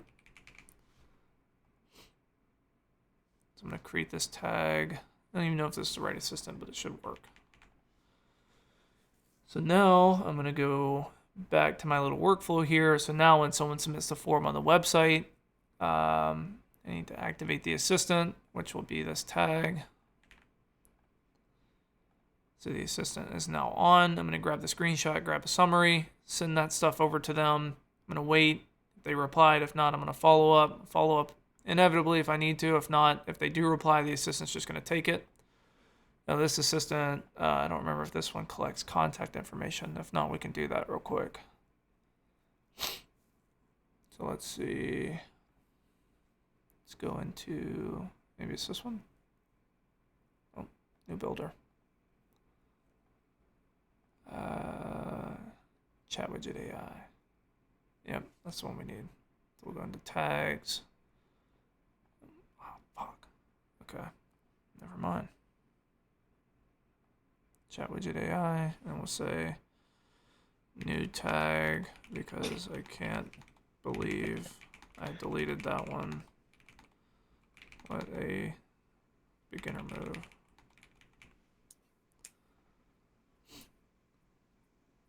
All right, so now we'll just add this back in. We have chat widget AI coming in.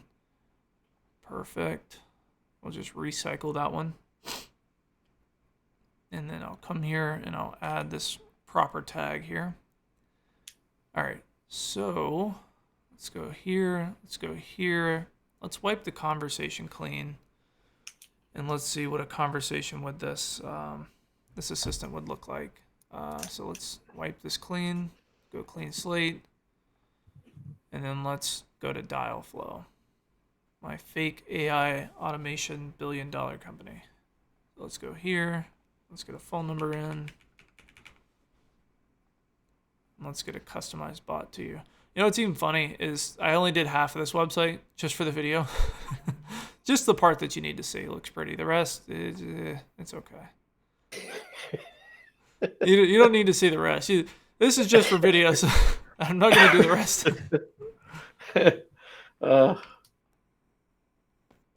I can't believe I deleted mine. I'm so mad about it, man.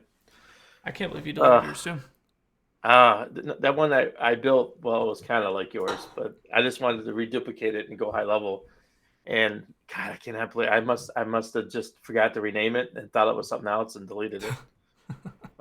So mad at myself, man. Still kicking myself over that. Perfect. Okay. So now we have our customized outreach message with the screenshot here. Hey, so you're interested in turbocharging your business with AI. How about we jump on a call to see how Assistable can streamline your operations and skyrocket productivity? Sounds amazing. Let's give it a reply. Let's make sure I did the tag correctly. Sure. I don't remember. I don't know what assistant I put on this one either.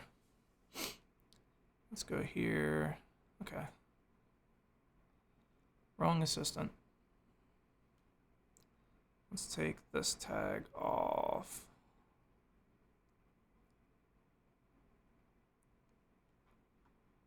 There we go.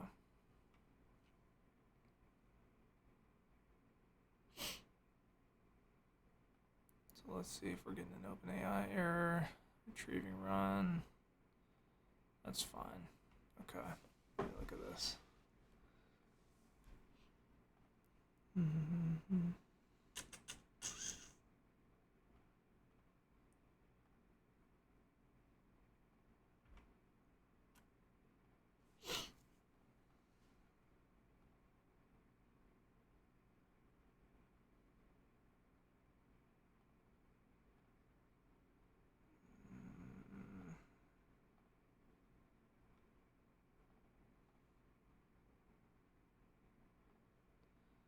There we go. Webhook errors. That's fine. Let's get this new assistant in there. Sounds good.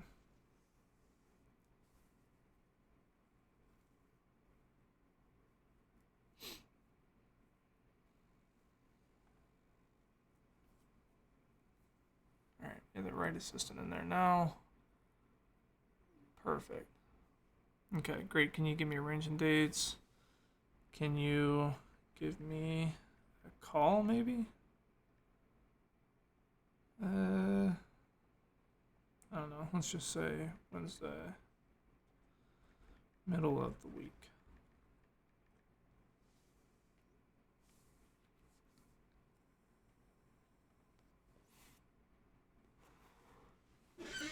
I think I may even want to play into this a little bit here too, on this AI response.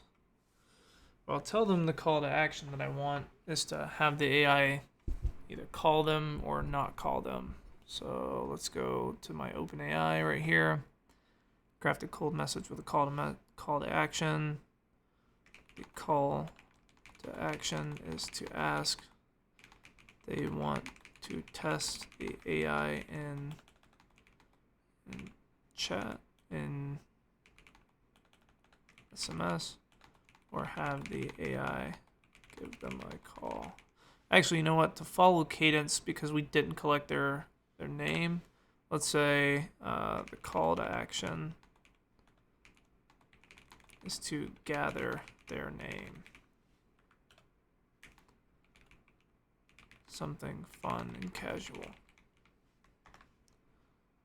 Alright, so let's go here, let's go here. We have our tags on. Perfect. And then let's go ahead and wipe the thread. And then let's start this automation again. So URL goes here, phone number goes here. You know, I think it'd be a fun experiment. Why don't I just build out dial flow and these series of Friday calls and then just start running ads for dial flow in like 2 months when everything's like completely built out.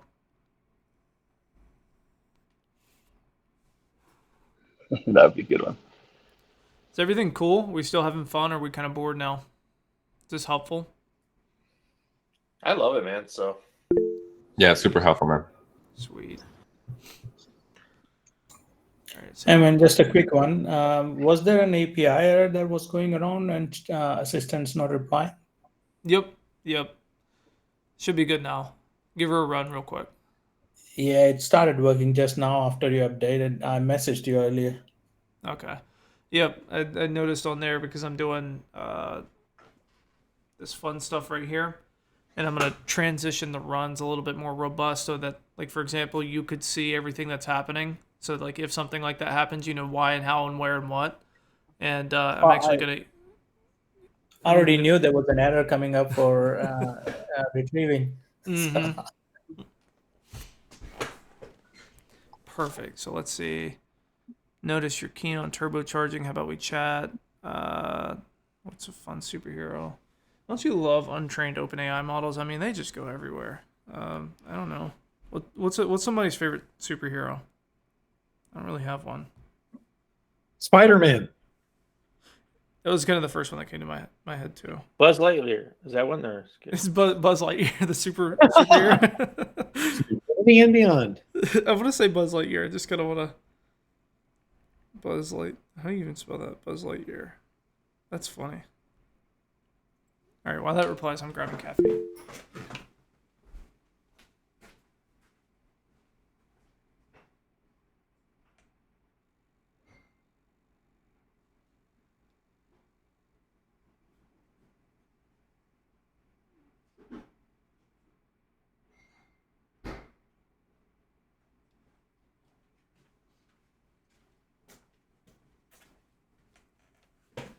Okay. Nice. By the way, I can't see your name here. Who am I chatting with? Awesome. Dubs. Yeah. So as a side note, I actually tested the voice API with OpenAI, and I'm getting the 429 too many requests error. I did check that I have sufficient credit in my account, and I'm on the tier 3 access level. I'm not sure what else I would need to do to activate the voice API access.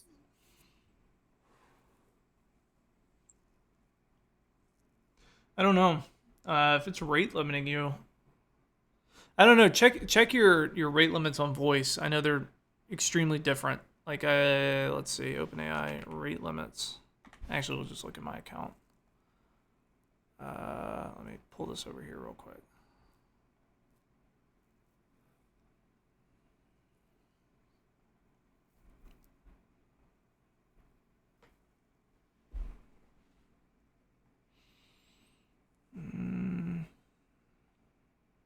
I don't know if I have limits. Hold on.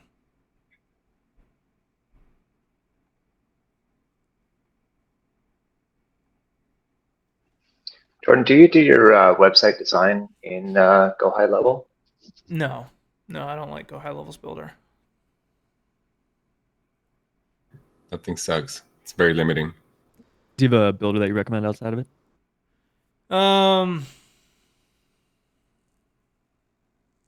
Maybe like a no-code or low-code platform. It just depends on how crazy you want to get with it.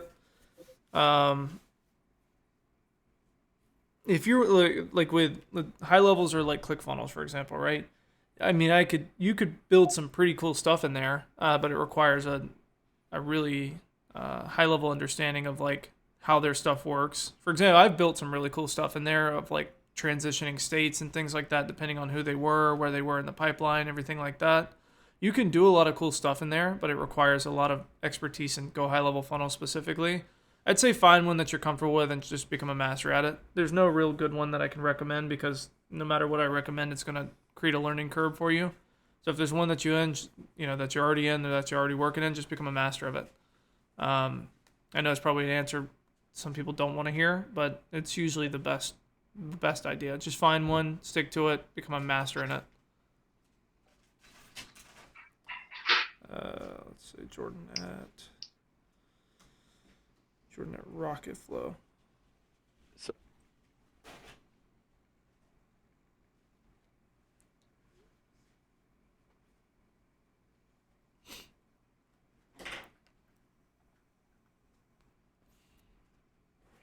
On another tangent, Jordan, if we have a bit of time today, can you maybe review how to integrate one of the assistants into a web chat for a website? 100%, yeah. All right, sweet. Thank you. We serve 15 countries. Can you share your phone number? Yeah, sure.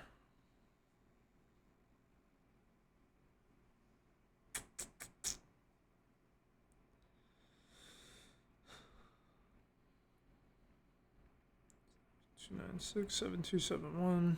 Perfect.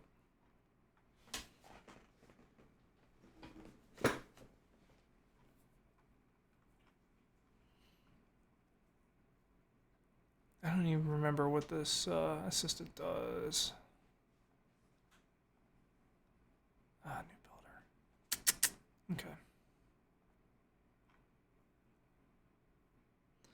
Would you prefer for AI to give you a call or continue chatting here? I don't know. Call me. Why not?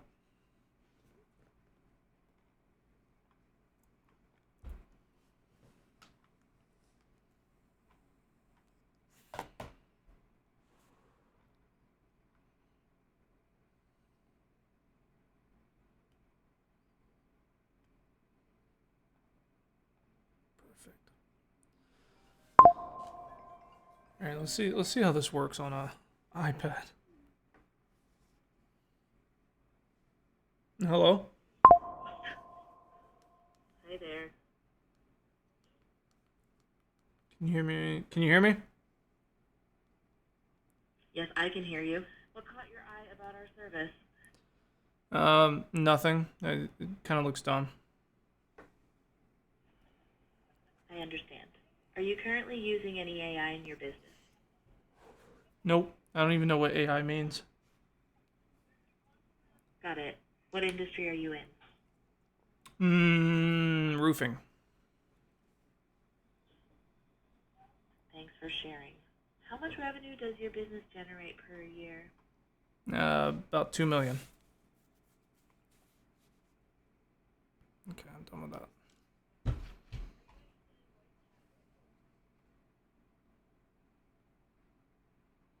Here's a fun thing. Hold on. I have like 1 million devices over here.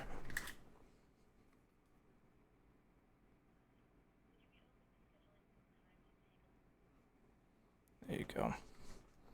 Now we're back.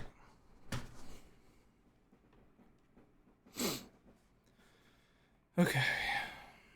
And I've already went through this flow, so it shouldn't take me through twice. But easy enough. Great lead magnet. This would be an awesome, highly customized conversation. They fill out literally what would just be... Again, there's no friction in this. It's like put in your website and your phone number. They're like, oh, I don't have to put in my name, my email. You're just gonna blast me with email. It's like, oh, just try the AI. Just give it a go. Hit them with a website. Hit them with a phone number. Get a customized bot delivered to you. Sounds fun. They get a screenshot of their website.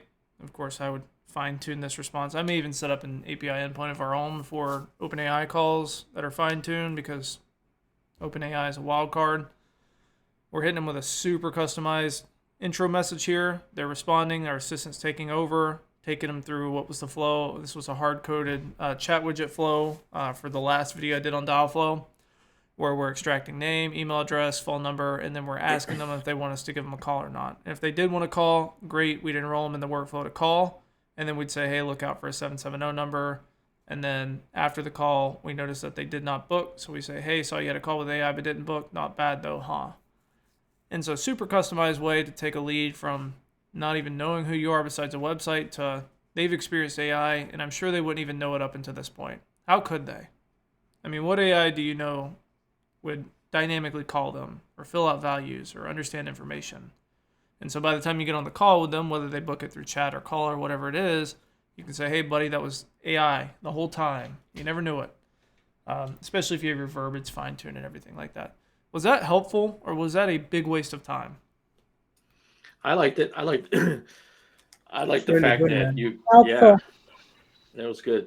I mean, Cool. being able to see how you could utilize those endpoints within the platform. I mean, that alone was great for me. Yeah, and I'll send these PDFs out. It's not much. I mean, it was just like I was even gonna try to build out a flow to understand how these things work and everything, but I was just I didn't want to do it. So I have this, and I have this that I can send out. I don't know about this. Yeah, these two things I can send out, which are just kind of, here, there's on the stuff. We want to keep going? Yeah. I'm Yeah. down. Keep going. I booked this morning/afternoon off just to jump on here. So sweet. Yeah. Whatever I don't understand, it just means it's an opportunity to learn, and whatever I do understand, it's just an opportunity to sink it in and get better at it. Sweet. Okay. I'm just becoming like you, not sleeping at all, man. It's 2 a.m. now, so It's fun, isn't it? You start to, it's almost like that Russian sleep experiment. You almost start to like it. yeah. So you like it, but your partner doesn't. My wife's just screaming out there. I know. Yeah, you gotta be careful with that crossing some, What's so funny? We'll like switch too. So like I'll be on like up all night, sleep during the day, and she's up during the day and sleeps at night. And then even like last night, I slept like all yesterday and most of last night, and then she was up all night, and we just kind of switched now. It's kind of funny. It's dynamic how it happens. Let's go here. Let's call this the good old revive and thrive. Let's do something a little bit different than the traditional silly old DBR. Can I ask a quick question? Yeah. What can I do in regards to needing multiple calendars for the text bot to book in? We're going to do, in this update, we're going to have it where you can put in multiple. And what you'll do, you'll kind of see the new builder here. What you'll do is you'll put your calendars in there and you'll tell us why we would use each one, almost like a function call. So let's go here and like do this new one. You go into calendars and you tell us what calendars you want and why we would use each one, and then which one to kind of be the default, right? Like if all else fails and we can't like put something to a scenario, which one should we just fall back to? But you'll just tell us how and why to use each one, and then dynamically in that scenario, it's like, okay, we're talking about sculpture here. We're going to the sculpture calendar. We're talking about body sculpting, and we probably need to go to the body sculpting calendar. That's probably how that'll end up working. So can I separate each calendar by postcodes and then get the bot to recognize when a postcode is in a certain calendar and then book that calendar? Yep, you could do something like that. You would just tell the assistant, you'd say all contacts with the zip code 30128 are booked on this calendar, all with this one, and you just list each one. And I would probably, even as a sanity check there, just be like making that part of your qualifying metric of just like asking that in the conversation. Make sure you ask and confirm their zip code, and so that way later in the conversation it can reference like, oh, this one was kind of similar, or this one I'll book to this one, if that makes sense. Yep, awesome. Okay, cool. Are some of those details regarding extracting data coming to the call to voice with this update as well? Yep. So a couple of fun things that we're going to do with voice is, obviously making it a little bit more robust, making inbound calling a little bit more robust. Something fun that we're going to add is pre-call webhook. So you have the post-call webhook now is where you get data from the call after the call happens, but we'll have a pre-call webhook where you can tell us where to get data from if you need something during the call. For example, you have an inbound call and you want to alert the business owner that an inbound call is happening right now. You can use that pre-call webhook as a way to tell the business owner, hey, there's an inbound call going on. Hey, sit right here till after the call. Maybe you can follow up, or maybe you can hit them with something after. You can even use that like as a text to say, I know we're on the phone right now, but I just wanted to text you to save this number. This is my personal number, or you're calling my personal number. I'm going to text you off my business number.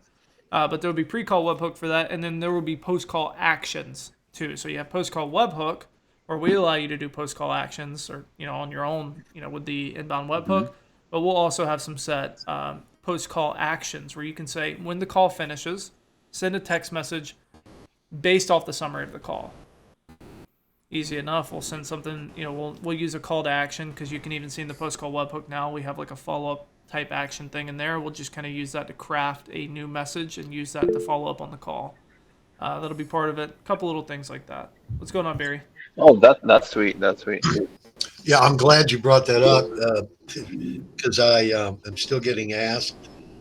We had that meeting where we talked about how to do that, And then you looked at something that Jason was working on as maybe an alternative back to the pre-call webhook for that use case.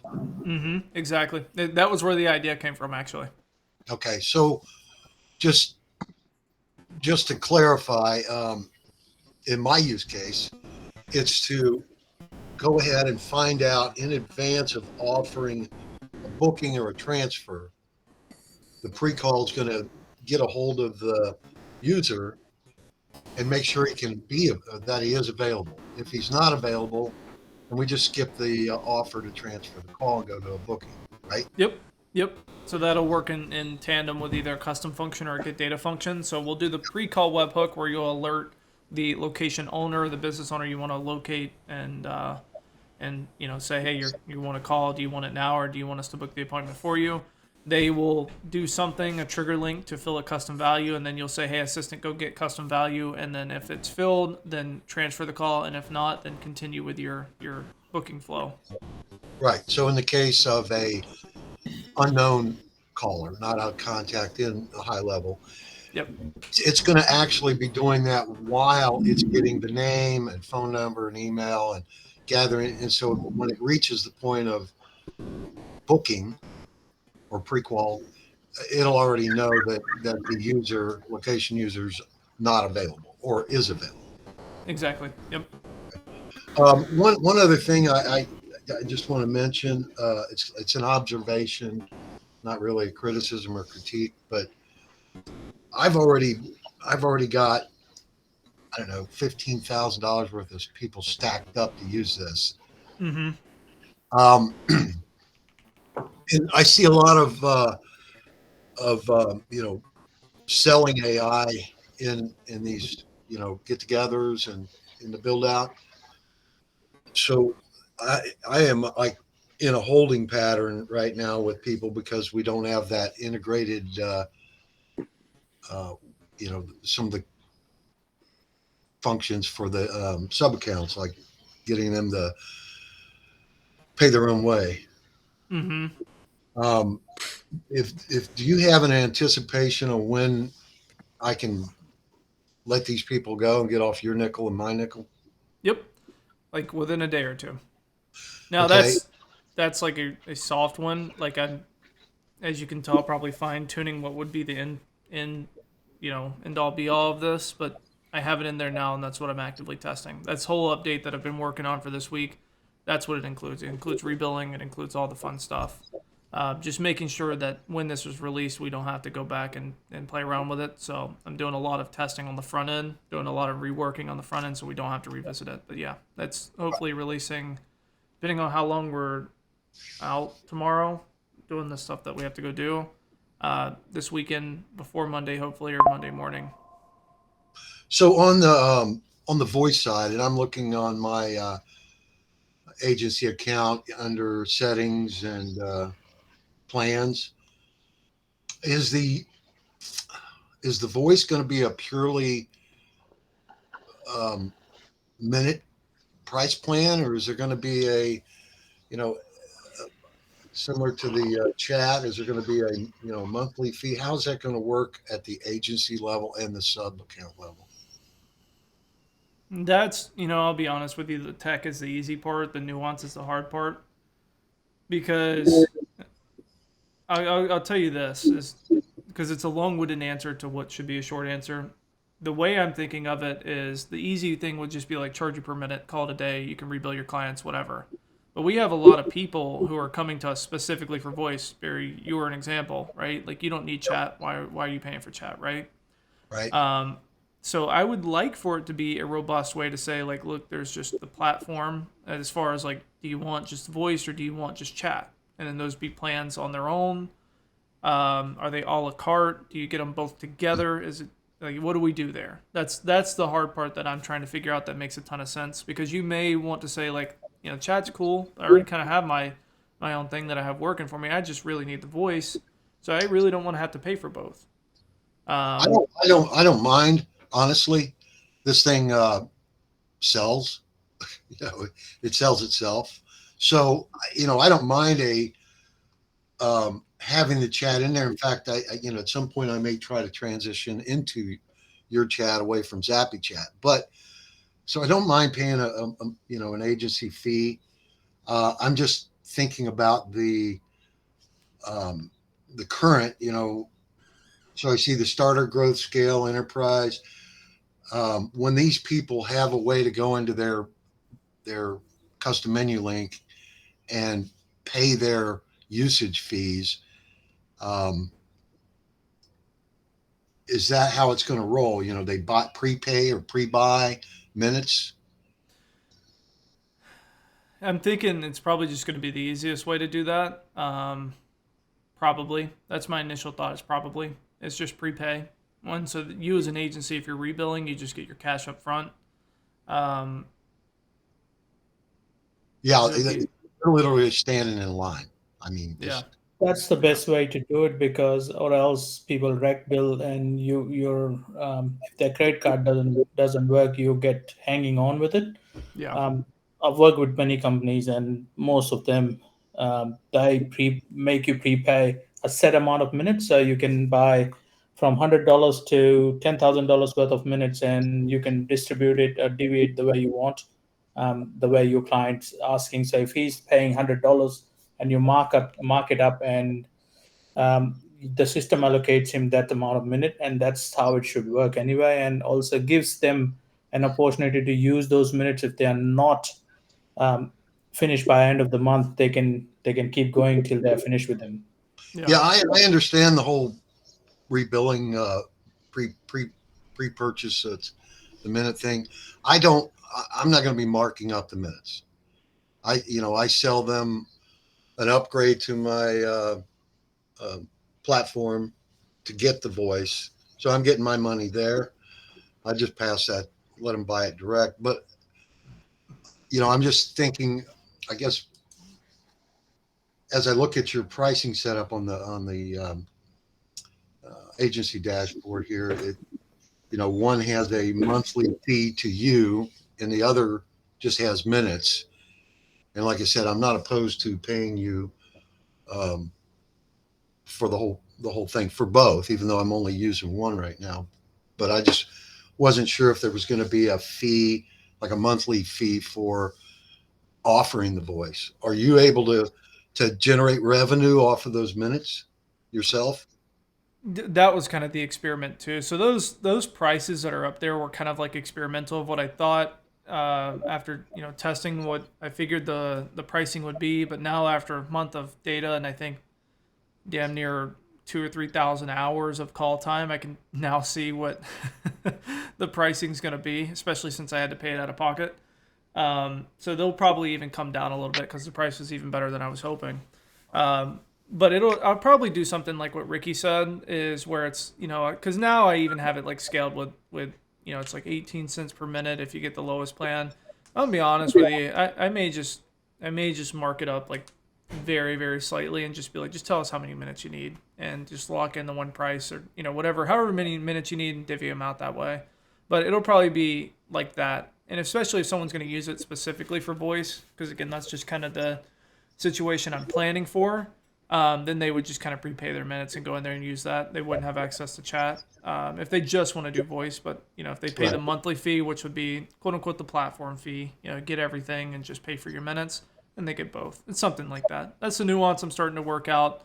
And again, like the infrastructure's there. I'm just trying to make sure that everyone's accommodated in a meaningful way, that we're not going anywhere. They're not going anywhere. Your clients are happy. You're happy. And it's been a balancing act, to say the least. The technology is the easy part. The hard part is making sure everyone's happy. Yeah, my biggest concern. So we have in a week we're going to have a webinar with like 50 insurance agents, and as I've been holding back on the big offer, so to speak. Primarily because if you haven't nailed down your pricing, I hate to go back in and say, oops, I was wrong, to a bunch of people. So I'm getting paid because I'm billing them to add this on to their account. I'm just concerned that, I want to make sure you're getting paid so that this doesn't pop up and now an expense I didn't plan for in my whole pricing structure. I just want to make sure you're making money so that it doesn't change, I guess is the best way to put it. Yeah, and I'll tell you, we're doing quite fine. And even I'll tell you this, like even for paying the minutes this month, it was the prices I put on the website, and anytime I do something like this, I put it way higher than I even think it's going to be, just in case there is a scenario of like, oh, it was more expensive than I thought, then those prices still kind of make sense, and even lowering them still makes sense. But even after getting the like raw data of like raw call time this month, and even some people who queued up 5,000 calls and had a lot of fun with that, the cost per minute's way lower than I was hoping. So it's going to drop, if anything, significantly. And then go ahead. Go ahead. No, I want you to finish. I was going to say, give me 5 minutes. I'll be right back. But I'm going to let you finish, and then I'm going to quick break, come back. Well, I was just going to say that again, no insult to all the people that are selling it. I'm in a fortunate situation where people line up for me, or line them up for me. So I'm not really interested in, selling AI out there like the website you're building out. So I'm mostly interested in those coming soon stuff. So I just want to put that out that if all this stuff works, all the people that are wanting to sell this are going to end up in my chair at some point. Yeah. With a pack of people that want, they want to get started. Yep. Yep, that should be coming here at the beginning of the month. Then hopefully we won't have an update for quite some time, and we can just work on the fun stuff. But I will be right back, and then see some hands raised, and we'll get them done. 1 second.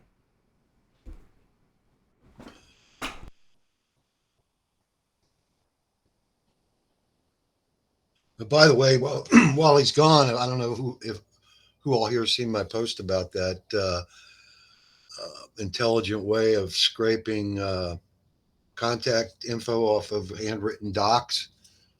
But if anybody wants to collaborate on that, I'd be open to it.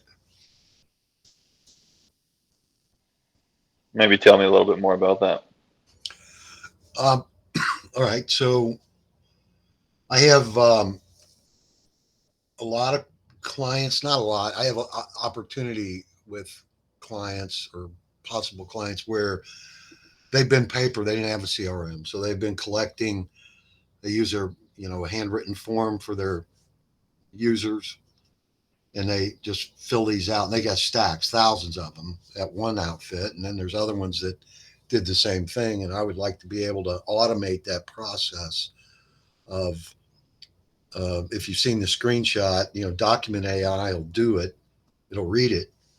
It'll create digitize the handwritten information. It's just got to be built out to where it can be done bulk. It can be done like converted to a CSV or API'd into high level.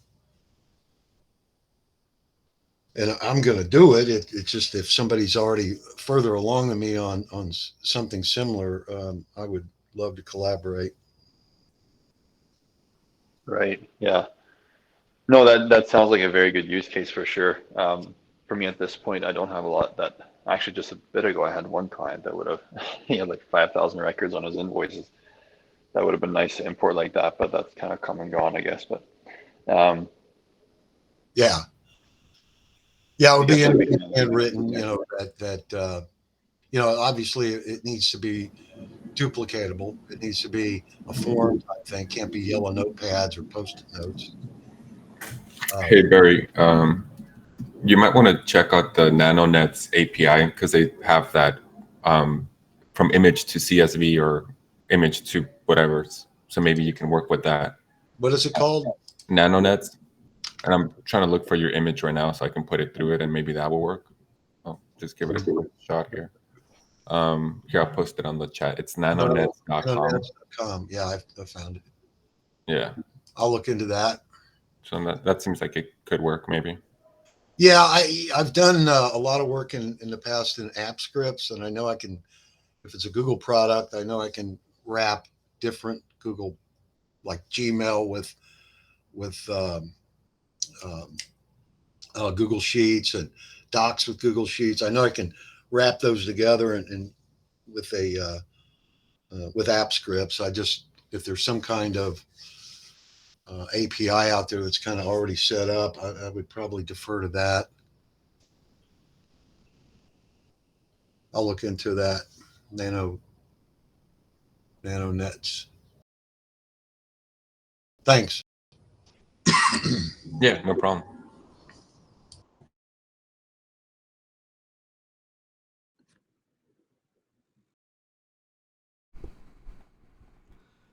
All right, let's do it. Let me see what we got going on. Jocelyn, what's going on, gal? Hello. Yeah. So last week I was able to watch the recording, and I couldn't get the link to get the training how to get the ChatGPT prompt to get ChatGPT to get you the FAQs and the JSON file. Can you please share that in the chat, please? Yeah, Thank let me you. get it real quick. Let me get the public-facing URL. There you go. And one more thing, like the week before that, you share the zip code file, like the link. Mm-hmm. And then I go in there and I don't know how to download that. It sounds stupid, but Which one was that? What was the download? The link where to get the like thousands of pages of zip code, the zip in the US. Yeah, let me do this. That should be in that. I just sent you a Notion page. If you click on that Notion, you'll see it has like a script on how to get the FAQs at the bottom, but you'll notice at the top there's some drop downs, and you'll see that there's Go High Level Support and then zip code to time zone training, and you should just be able to click on those. And let me make sure that Notion's gonna download it right. They won't. Okay, I'll find a better way for this. Yeah, I can see that, but how do I put that into the knowledge training, the knowledge center for the assistant? You would just take patient zip code. Let me see if I can find a. Hold on 1 second.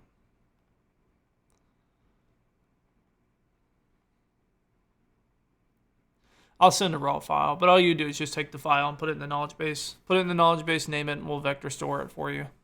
But Notion's not letting me download it. It's putting it in a web page. I'll get you a raw file for that. Send me a text reminder for that, so I can like, get a tangible. I didn't know that Notion doesn't like actually just download those for you, so I'll get something where you can just click to download them. Awesome. Thank you so much. Ricky, what's going on, my friend? Hi, buddy. Just a couple of questions I have is one's about the transient model. Yeah. When we can see bookings into it, because I've got 3 or 4 clients which I can't offer them anything. They're pre-sold on it. I'm gonna lose them within a week anyway, because they might go to another provider like Voicer or something. Yeah. But if they say stay, what can I offer them? B is rebilling, which we have already talked about, and the plans I'm on, it's gonna be status quo for me, or it's gonna change. Yeah, the transient one, what I'll do is I'll just beef it up to like one booking more reliable. I need to update the functions on that one. They just need to be updated to the standard of the new ones. So you'll have booking. I'll probably have value extraction on that one too, just because that one's going to be outbound. So we'll get like value pushing and things like that. So we collect information, push the information back. That'll probably be at the contact level for right now, like first name, last name, email, something like that. And then I think we have post-call webhook in that one already. But basic functions to get them up and running and tangibly using it. And if there's a use case that they need other than that, I'll probably have custom functions in there too. just until I can get the Twilio WebSocket in a way where I can either get international numbers myself or have someone transfer them over, and I can just inject our webhook into your stuff. That's a project that's going to take a lot of time, so I was going to wait till after this to do that. But then international numbers should be there. Hoping it doesn't take longer than a week, but I don't like giving timelines much anymore, just with how technical Why? everything's getting. Just well, that's fine. If I don't get them, I don't get them. They're not bread and butter for me. They're just a starting point. The one thing that we can do, and this is what I did with my previous provider, was they let you connect your own Twilio, Mhm. and then you can buy any number you want. Yeah, that's how that's going to be. Is probably either, which is what I have to build out because I have to be able to inject the webhooks in there. I just have to set up the APIs and everything. So it's either going to work the either way, where it's like you transfer it in and then we just inject using your Twilio auth keys, or you can just put in your Twilio and then we just inject our entire WebSocket or your Twilio into our WebSocket, kind of thing. Fair enough. The last one would be the pure gray label stuff. How far? That's going to come out with this too. So the platform is going to change from like the platform itself, like not the brand name or anything, but like what you see is going to change to creatingassistance.com, so that if there is any white label leakage, so at least you just see creatingassistance.com, and that website's actually just going to lead to a blank page is what it's going to lead to for that. So, or to lead to the dashboard specifically. So any gray label type leaks or any what would be white label type leaks will just be gray label. Okay, fair call. And the last question I had is I'm getting issues with the answers. With just now, since you've updated the API. Before the API, I wasn't getting any answers from the chat assistants. Now, when you ask a question, instead of saying "great questions," here's what this platform is different from others, and then it specifies 1, 2, 3, 4. Now what it's doing, it's saying we are different. Oh, sorry, number 1, ease of use, and then it goes great questions. That's how we are different from others. So it's the conversations flipped. The actual generation. You want to send me a screenshot in text? Yeah, I'll do it now. Yeah, let me take a look.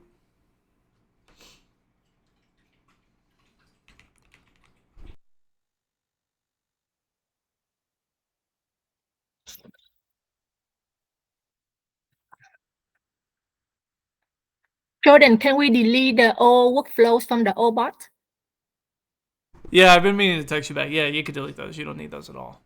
Okay, great. Thank you. I'm so like I have so much to catch up on messaging because I've just been really head down in dev. Like I even told on the last call I had to get a second phone just to divvy out like personal like my grandmother texting me versus like 300 or 400 missed text messages. And I need to get back to everybody, which I'll hopefully be able to get to do this weekend. But yes, I saw yours come through. You can get rid of those. There's no need for them. Oh, the order. What's your phone number, Jordan? What's up? What's your phone number, real quick? You can use this. This one will be the public cell phone. Can I message you through WhatsApp? Yep, it'll be that number. Thank you. Yep. In case anyone doesn't have it, this is my public cell phone. This is WhatsApp, iMessage. This will be the phone that I'm recording on here. Okay, yeah, the order. Yeah, I'm beefing up the thing on that too. The OpenAI's JSON's kind of silly when it's coming out in the message parser, so I'm beefing that thing up too. Because I don't love how the output. I think I need to set a small delay too, because they're technically sent in order, but I think from the volume that they're sent, they process a little bit differently. I don't know. I still have to play around with that.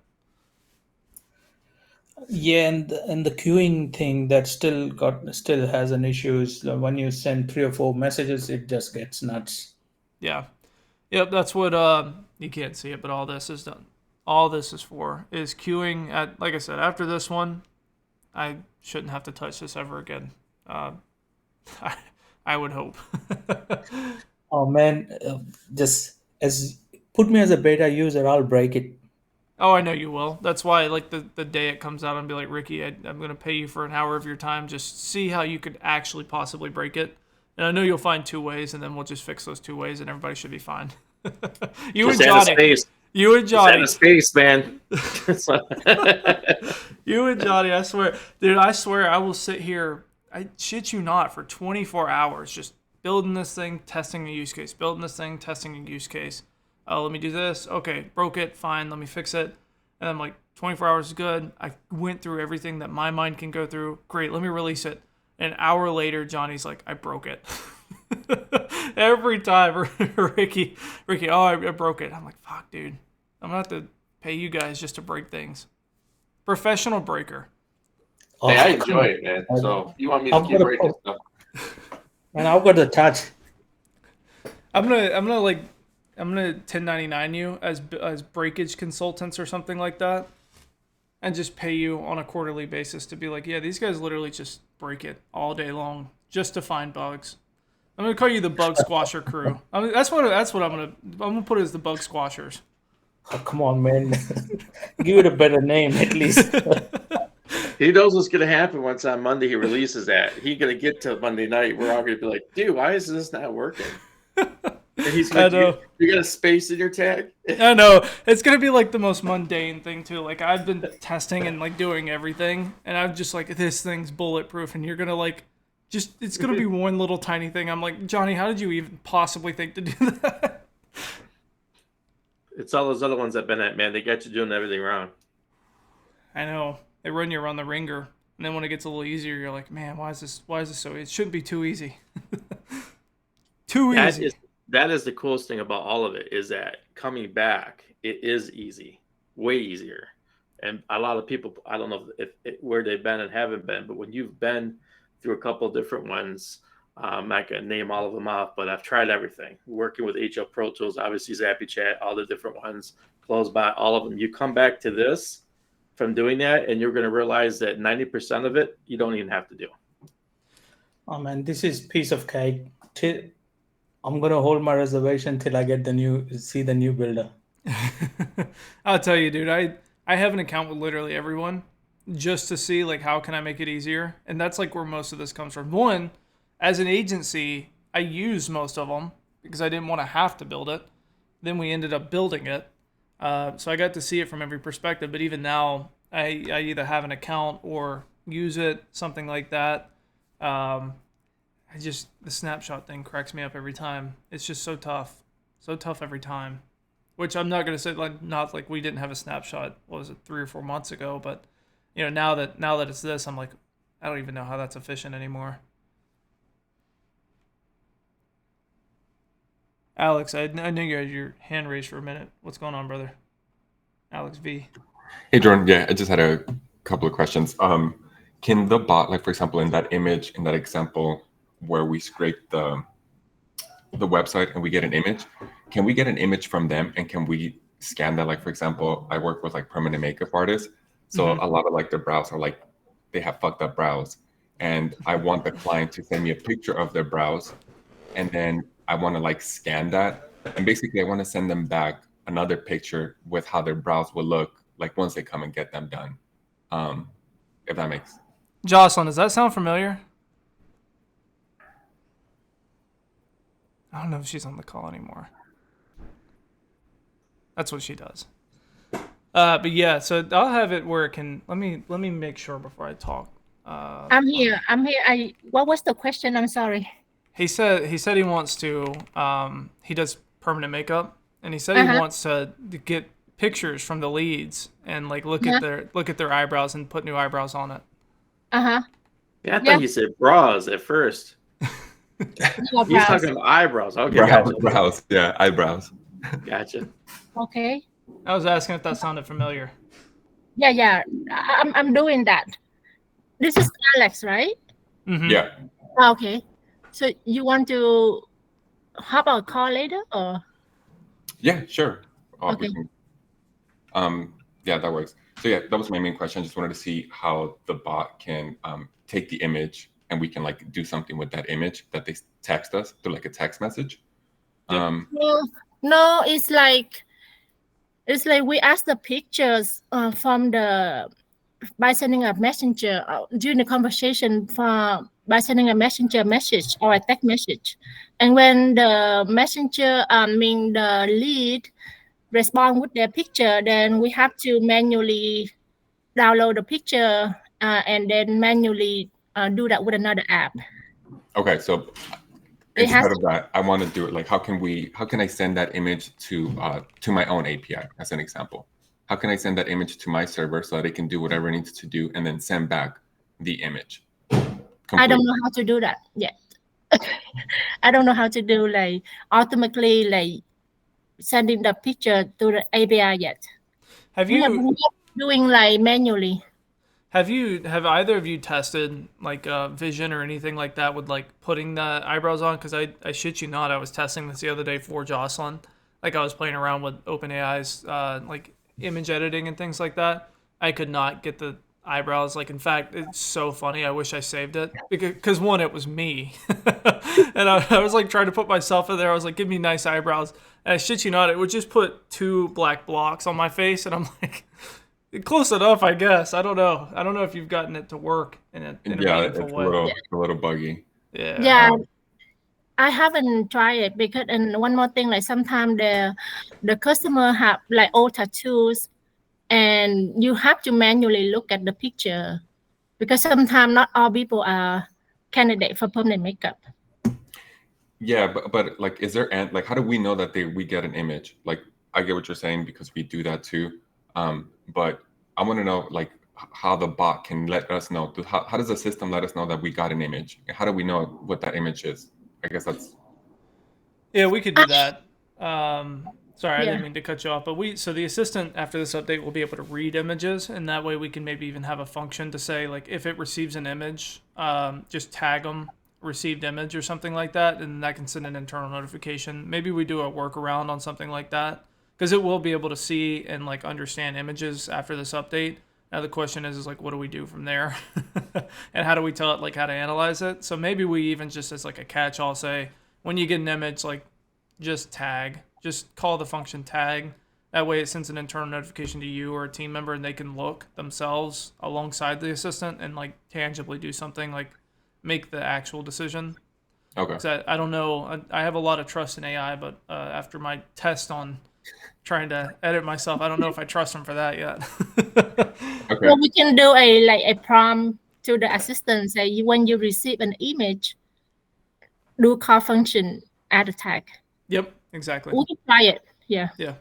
Yeah. Well, you guys and gals will be my test dummies, so text me and remind me on that. Maybe we'll play around with it this upcoming week and see if we can trigger a function that way, and if so, that may be a good option until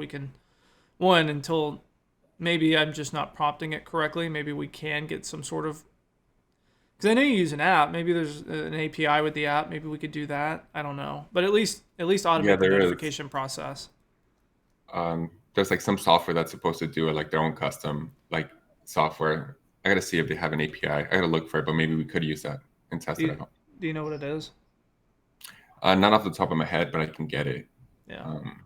Yeah. So you want to text that to me and numbers in there if you can find it, and then I'll play around with it, see what I can do. Okay. Then my next question is, does the voice assistant, like right now, does it have access to the knowledge base?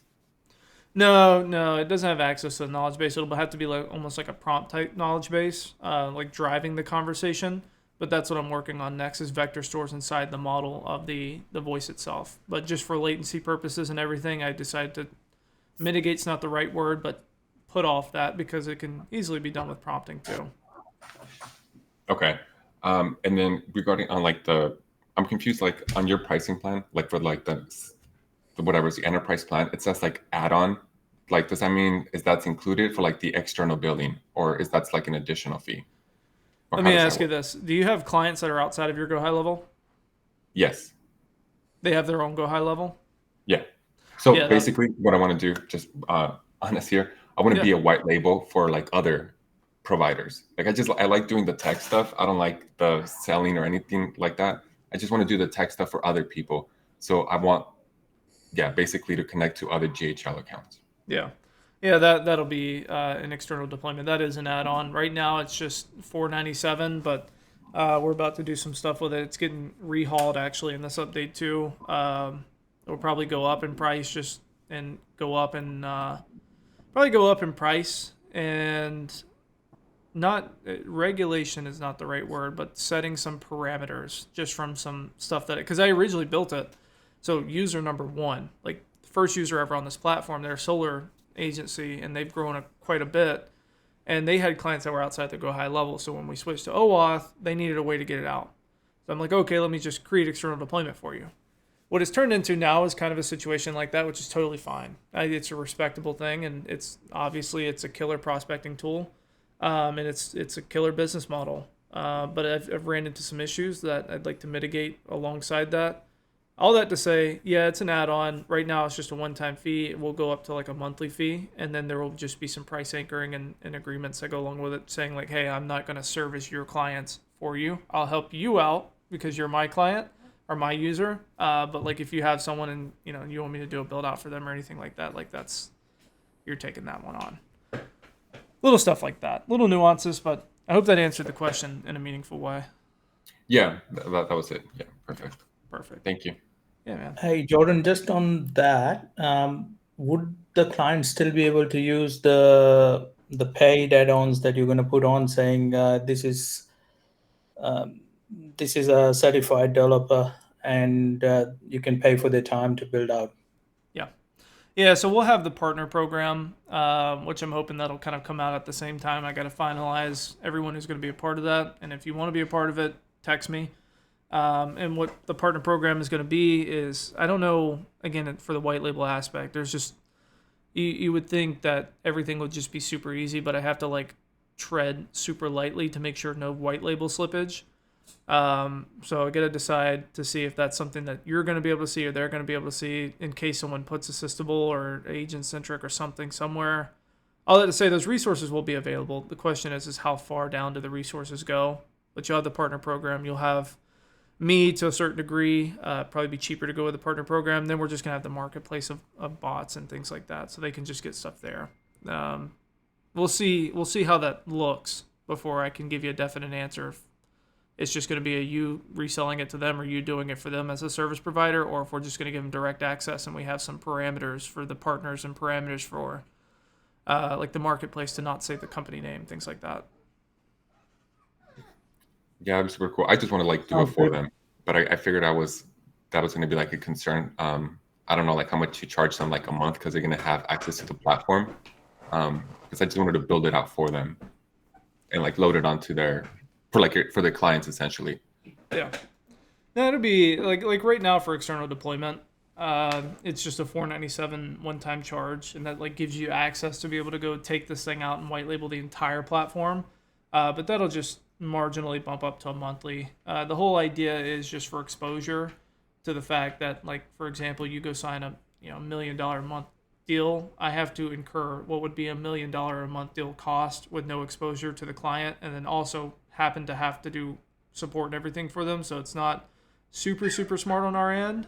And then also I'm scared that, not even scared for me, but scared for everyone here, that someone could take external deployment and be like, I'm going to go sell everything for $5. And then everyone here is fuck out of luck. And that's not fair to anyone on this call. And so I'd like to have some sort of like price floor anchoring to say, hey, don't, like how HighLevel does, how they're like, you can't sell HighLevel for like less than $97. I'd like to do a little work on that. All that to say is this whole idea is a little newer. Again, it wasn't what it was intended for, but it seems to be a very popular option, and an option that I think is very, very cool. The question is, how do we make it fun for everybody? No, yeah, that sounds good. I love the platform, so thank you. Whatever, I love it. I've tried all of them.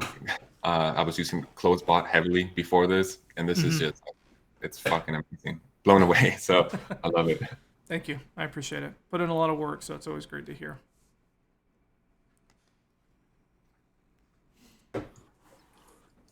So price flooring, I completely agree with it, because it's you don't want people to downgrade the whole value that we are providing. It's that needs to be there, because if somebody goes ahead and sells for $97, even if they are giving it 3 bots, that will be like killing. Like, whoa, Yeah. what are you doing?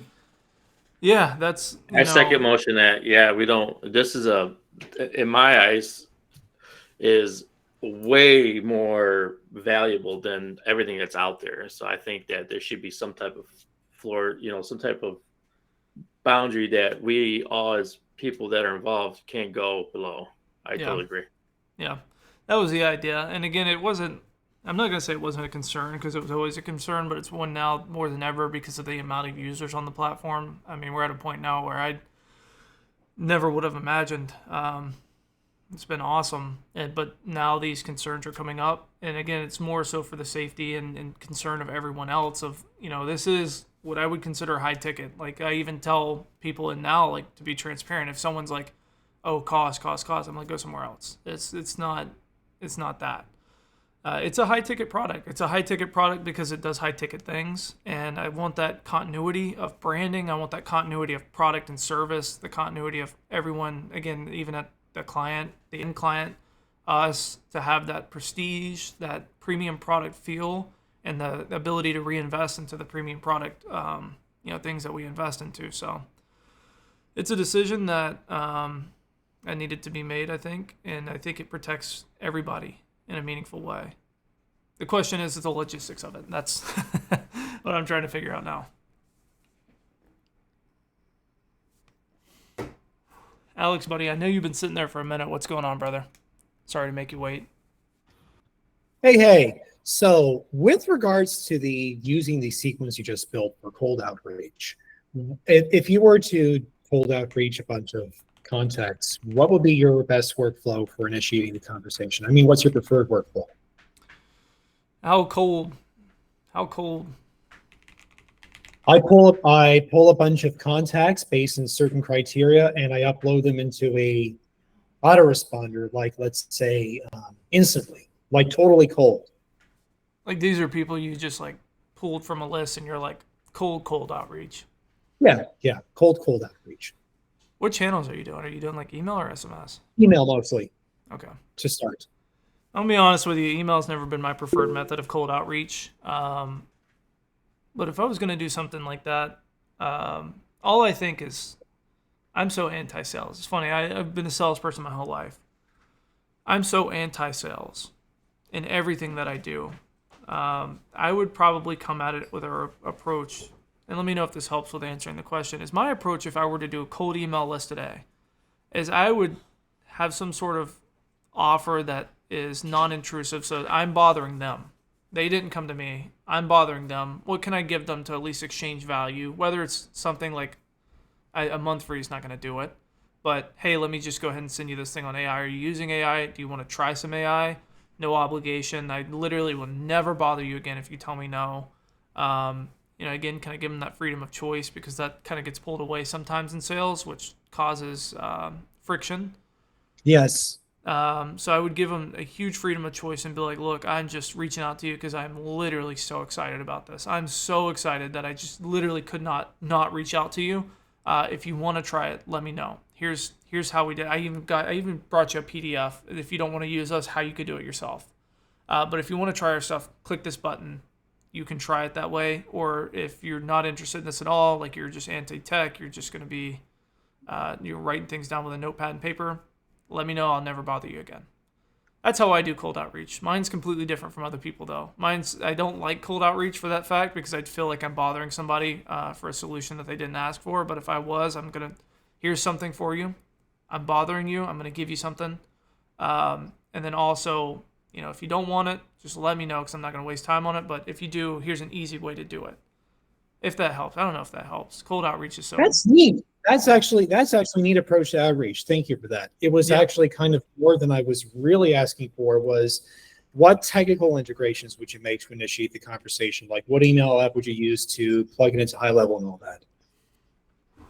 I use SendGrid, and I just use the direct API into HighLevel. Like, I use HighLevel for everything. Everything I use besides like our actual tech stack of the software itself. Anything I'm doing as far as client acquisition, outreach, anything like that is strictly done through HighLevel. Now I do have a couple add-ons when it comes to high level. I use SendGrid. I don't use Mailgun. I don't use High Level's native mailing system. That's just shit, to be honest with you. Yeah. I have to use SendGrid. I use warm up your .email. Have to use that. And my emails are always top-notch reputation because of that. And then I would just run a campaign through a workflow, and I would just build some conditionals on that, build my 30-day outreach sequence, make it real easy for them to try it with a trigger link, because you'll already have some contact information in there. And that's how I'd probably run it if I were doing it. Got Again, it. email outreach, especially cold email outreach, has never been something I pursued heavily. But if I were going to do it today, that's how I would do it. Got it. So the email sequence itself would be from within SendGrid or in high level through the integration? It's going to be through high level. As long as you have it integrated, then all your stuff feeds through SendGrid for the actual sending. As long as you hook all that stuff up, and you'll notice that you're getting into the inbox will significantly increase because high levels is not good. So hook up SendGrid. It's $19 a month, and warm your email if you're not doing that already. Yep. So continuing the conversation earlier about the API, about the OpenAI hitting the limit for voice.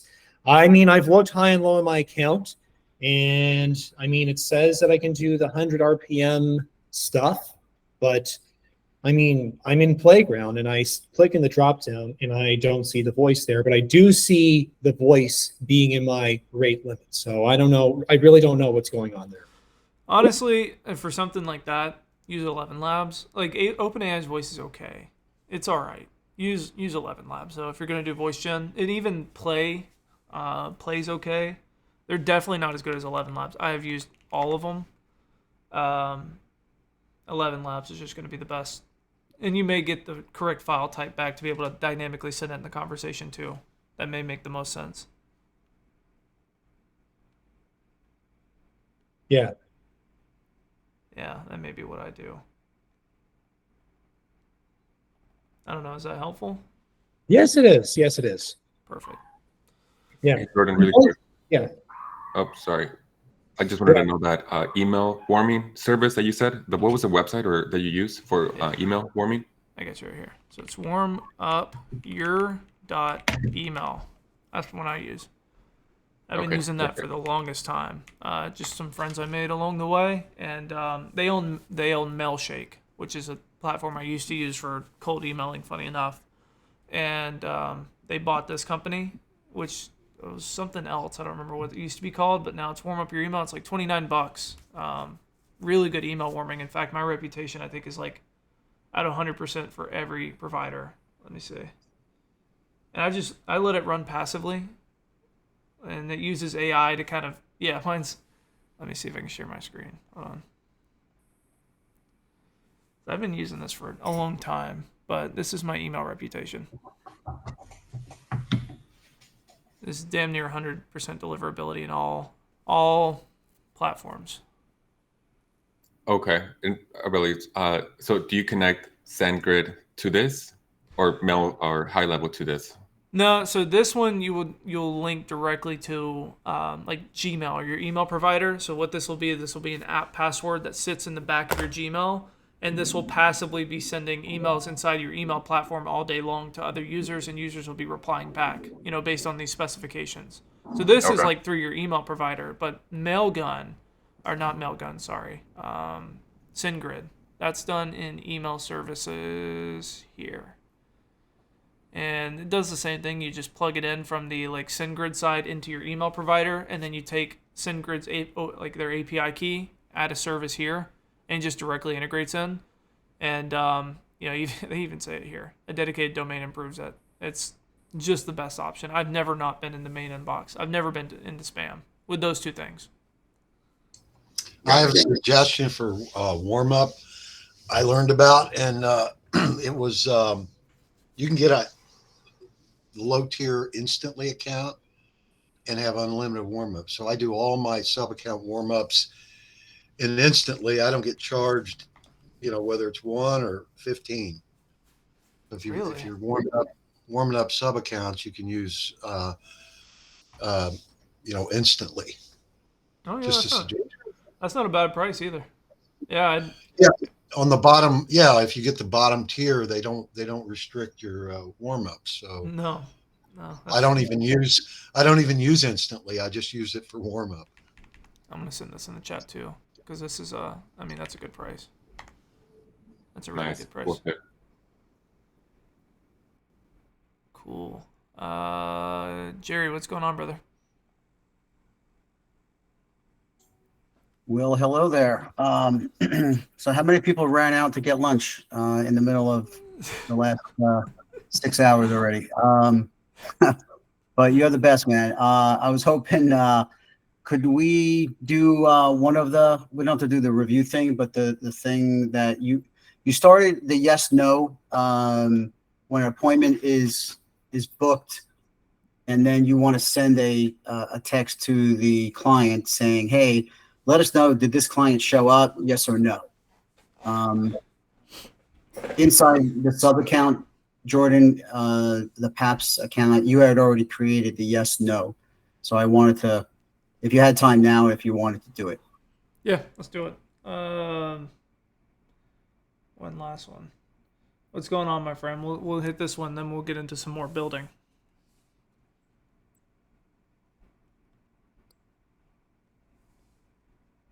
Hand raise, maybe. What time is it for you guys right now? It's 3 p.m. Well, I'm gonna guess it's like, no, it's past 2 a.m. for you, isn't it? It's 4 a.m. and I've got work in an hour. Shit. Yeah, I've got 3 a.m. right now, so but So I need to make this shit work because I'm dedicated. Dude, I fucking love it. That's so sick. And I know Australia. I don't think there's more than a few on the call. If you guys want to do something at a different time, I'm totally cool with that, because I'm on your sleep schedule. So if y'all want to do something separate, or maybe we bump this a little earlier, or even a little later, like I'm cool with a late night Saturday sesh or a late night Friday session. Let me know. It's whatever. I'm dedicated. I'll be here. There you go. yeah, same, man. Sweet. You guys had your chance. It's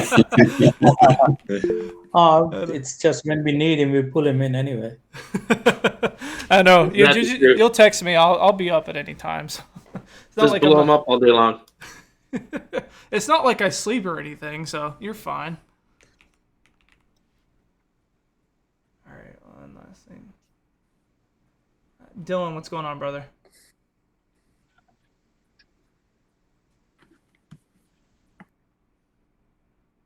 You got something or no? Hey, sorry, I was just on a call there. I wanted to see if we could go into that web chat if we have time. Yeah. I'd like to loop in the assistant with the web chat. Okay. The not live chat, but like the chat widget that's not live. Yeah, well, that's not GoHighLevel. Like I wanted to have an assistant to do like an AI-based web chat, so it can pull off the knowledge base on their website. Interesting. Is that something that we can do, or do you just recommend to do it off of the GoHighLevel platform? So give me the use case. Use case would be I want to integrate an assistant into a website, and then it would be an AI-based two-way conversational chat for people going to a website. Is it a client of yours that has a high-level account, or are they outside of high-level? They are outside of high-level. Completely? They're completely opposed to coming into high-level? Well, I have a sub-account. Like I have a sub-account for them, but their domain is hosted elsewhere and everything. That's fine. I would just use the GoHighLevel chat widget. That's, I have a lot to say about the GoHighLevel chat widget. Yeah. I have a lot to say about it. But you can take the code and install it in headers of any website. In fact, even in our native platform, we have it for support in the headers of that. So you can just tell the client, like, you set it up like you normally would, and then give them the code to their website builder and just be like, hey, bro, install this into your HTML and your headers. Every website builder has it. And just be like, hey, look, install this, and then we'll control the conversations in high-level. Okay, gotcha. All right, gotcha. I think that's where the disconnect was. I thought for some reason the agent-centric assistants were able to do a web chat, and we're getting out of the GoHighLevel web chat. So awesome. I think that makes sense. Yeah, we will. And it'll probably be the exact same thing, just HTML headers. But even for right now, just GoHighLevels is fine. Just make sure you program it to collect contact information and everything, and just send them that code and say, hey, just put this in your HTML, and then we'll run the rest. Okay, cool. That makes sense. Thanks, bud. Can I ask a quick question? Yep. Before I go, can you show me how you're getting your bot to populate the contacts like first name, address, and postcode inside HighLevel? 100%. Let's do it. I was fucking around with it for so long and I couldn't get it to work. It was bugging me. So a couple things is, so when I'm setting up a goal, oh shit, I'm in the new builder. Hold on, let me log out of admin access. Let's see that beautiful thing. Let's get. I can't give away too much right now. I do. I think it's so much easier, but I'm just gonna log out. All right. So now when I refresh the page, I shouldn't be an admin anymore. Hey Jordan, why are you doing this? This would kind of play within what I was looking for, showing an example of an extraction and a just a call, like something you wouldn't extract, but you would still want like a task or something like that. If it makes sense here, if not, it's fine. Yeah. Let's just create a new assistant. We'll run it raw. I know you don't have much time. It'll take like 15 minutes. So I'm going to run it raw with...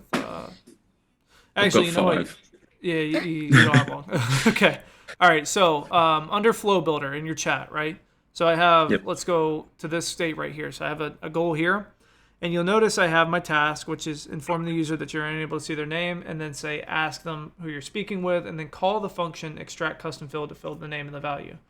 That's a given. I'll drop this in the chat so you can have it. There you go. Boom. Now that we're not done. So what we need to do is the assistant's like, well, okay, that's fun and all, but what value? So you notice there's this little action drop down right here, right?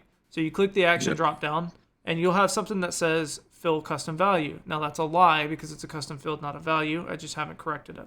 So you'll click this and you'll say, I want to add an action to fill a custom field. And then you're going to sync your custom fields here and you're going to say, okay, well, I want to fill this custom field. And under what condition do we do it? Well, you fill it with their name. Fill it with their name, and a good example of like what I put in the description of what I'm filling here is this right there.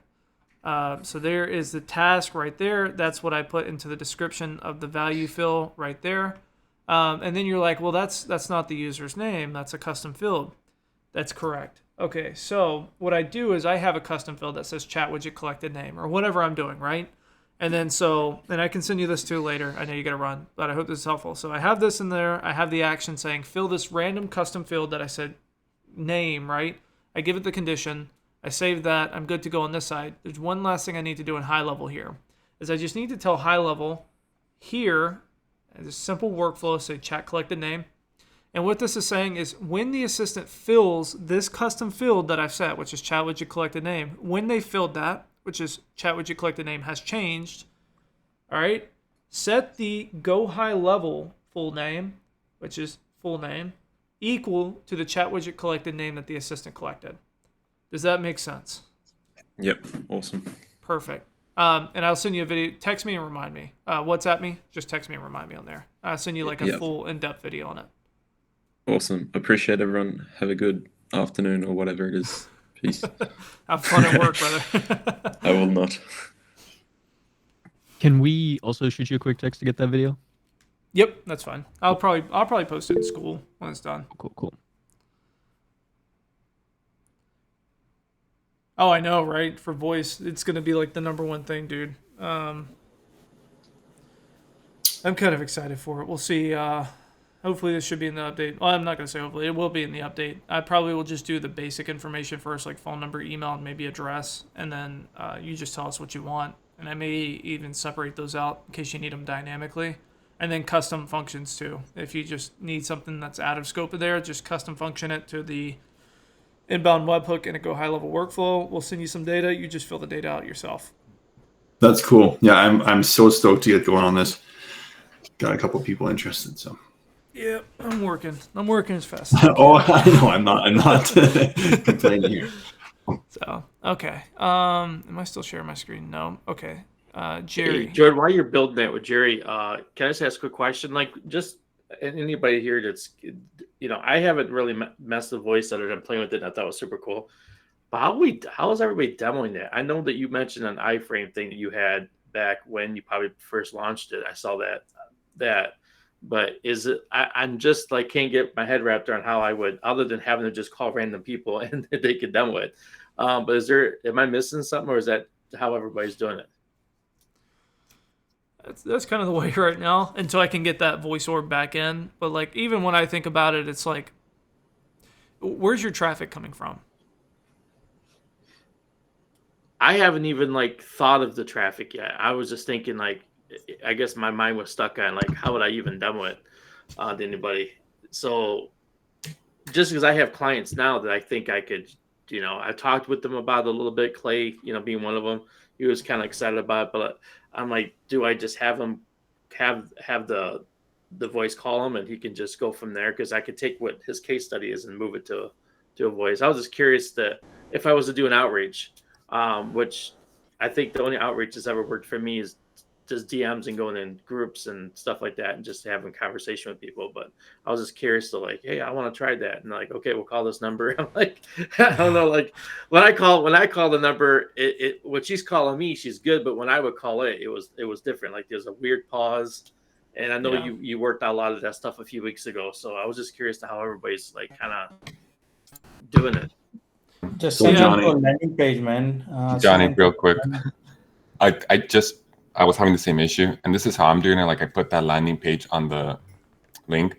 I figured like it's like a solar bot, and like I figured we would run ads like Facebook ads, and like after they complete the Facebook ad or the landing page, then the bot will call them and like try to book the appointment. Like that's how I'm showing it to people, because when I try to call it too, it goes wire, and it doesn't actually book the appointment. It just keeps telling me like that spot is taken. Anyways. So I just made like a landing page, and that's how I'm using it. So you say landing page, it's like a landing page with like a place to put a phone number and it's giving some instruction as to what the voice is going to do for them, or like it's going to call them and try to sell them on there or whatever. Yeah, like it's just like for solar. So it's just like click here to start saving with solar, and then you click on it and you just put like your basic, just like your name and phone number, and then it's going to call you and pre-qualify you to see if solar is right for you. Oh, okay. All right. Yeah, sorry.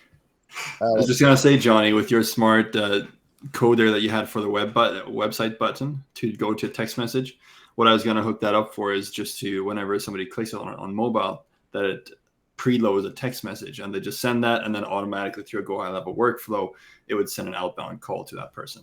So that way you can almost do a bit of a text message smart thing and show that hey, you can connect the two, right? Like it's just a little mental thing there, but. Yeah, because I know you could do like what Jordan was doing in that last week's call. If he still has the video, hopefully he does. He showed us how to kind of like go from the bot doing its thing on the chat and then converting it right over to a voice. Yeah. So cool, man. I appreciate everybody with that. Hey, Alex.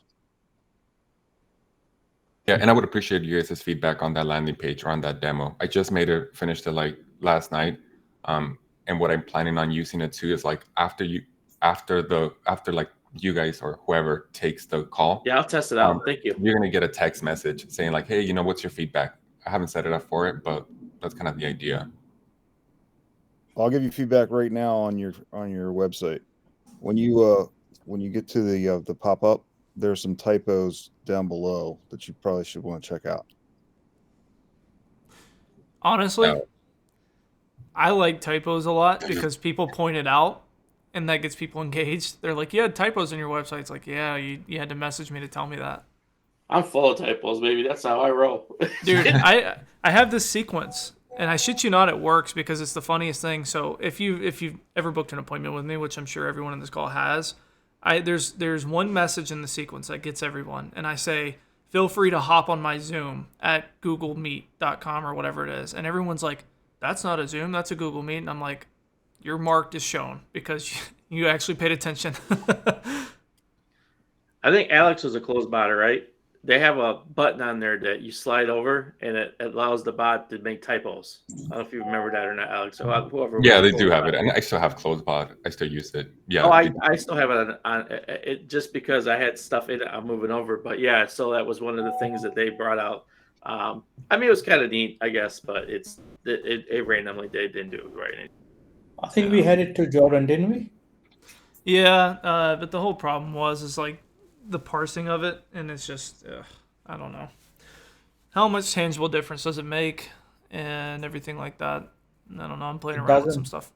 No, I don't think so either. Now there is some things like markdown and things we can knock out, but I mean, how many times have you like been like, oh, this is a real person just from punctuation? It's usually like the verbiage, and I think the verbiage is pretty spot on for not detecting if it's a bot. We're getting close. Yeah, I did a whole lot of formatting the way you taught me, and it's changed the whole language. Yeah. I Yep. made one which is really rude, just for fun. It's so funny how this thing will assume personalities too. Like if you tell it that it's Walter White, it will talk like Walter White. It's so fun. These assistants, the infrastructure of an assistant is made to assume personality, and so like the persona, if you just set it for like a cartoon character, you'll see responses that you would see from a TV show character or a cartoon character. It's so fun. It's so fun to test that stuff out. I wanted to do Deadpool, but then I thought I would get banned. I was fixing to say you might get your A2P might get flagged, buddy. I asked the AI to speak like Ryan Reynolds in a Mint Mobile commercial, and it did. Might be the safer way of doing it than just asking it to do Deadpool. Right. I think so too. Fair, man. Let's see. Okay. Jerry, let's knock this out, buddy. We're like 3 hours deep. I'm sure everyone on here is like, oh, why is this fucking guy still talking? Well, I thought you'd be done by now. Oh, I mean, it's just a dev day, and I'm taking a little time off tomorrow too. So I'm like, well, let's end the week out with a bang. Maybe we'll go get margaritas from how much I've stressed everybody out. So. All right, so if we're just going to do appointment booking, I'm just going to do a simple one. No need to get too fancy. It's funny because there's literally a recipe for it. It just needs to be fixed up a little bit. Holy shit. Okay, not this. Let's go recipe, and I think it's this one.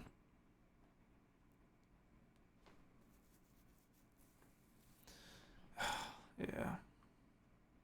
What the fuck is that? Okay. Okay. All right, I guess we're just building it from scratch. All right, so I'm going to just start with a simple... We're just going to do a simple appointment confirmation reminder. Okay. So, easy way to do this is just, you have your appointment confirmation reminder, you have your 5 minutes before SMS here, easy enough, and that's set with this 5 minute before. Here's what you can do. You can copy this after. Copy this. And let's just say after. Let's do 15 minutes after. Depends on how long our leads or our clients' meetings usually go. Let's say 15 minutes after appointment time. All right. So we got 15 minutes after the appointment time. We're going to send an internal notification here.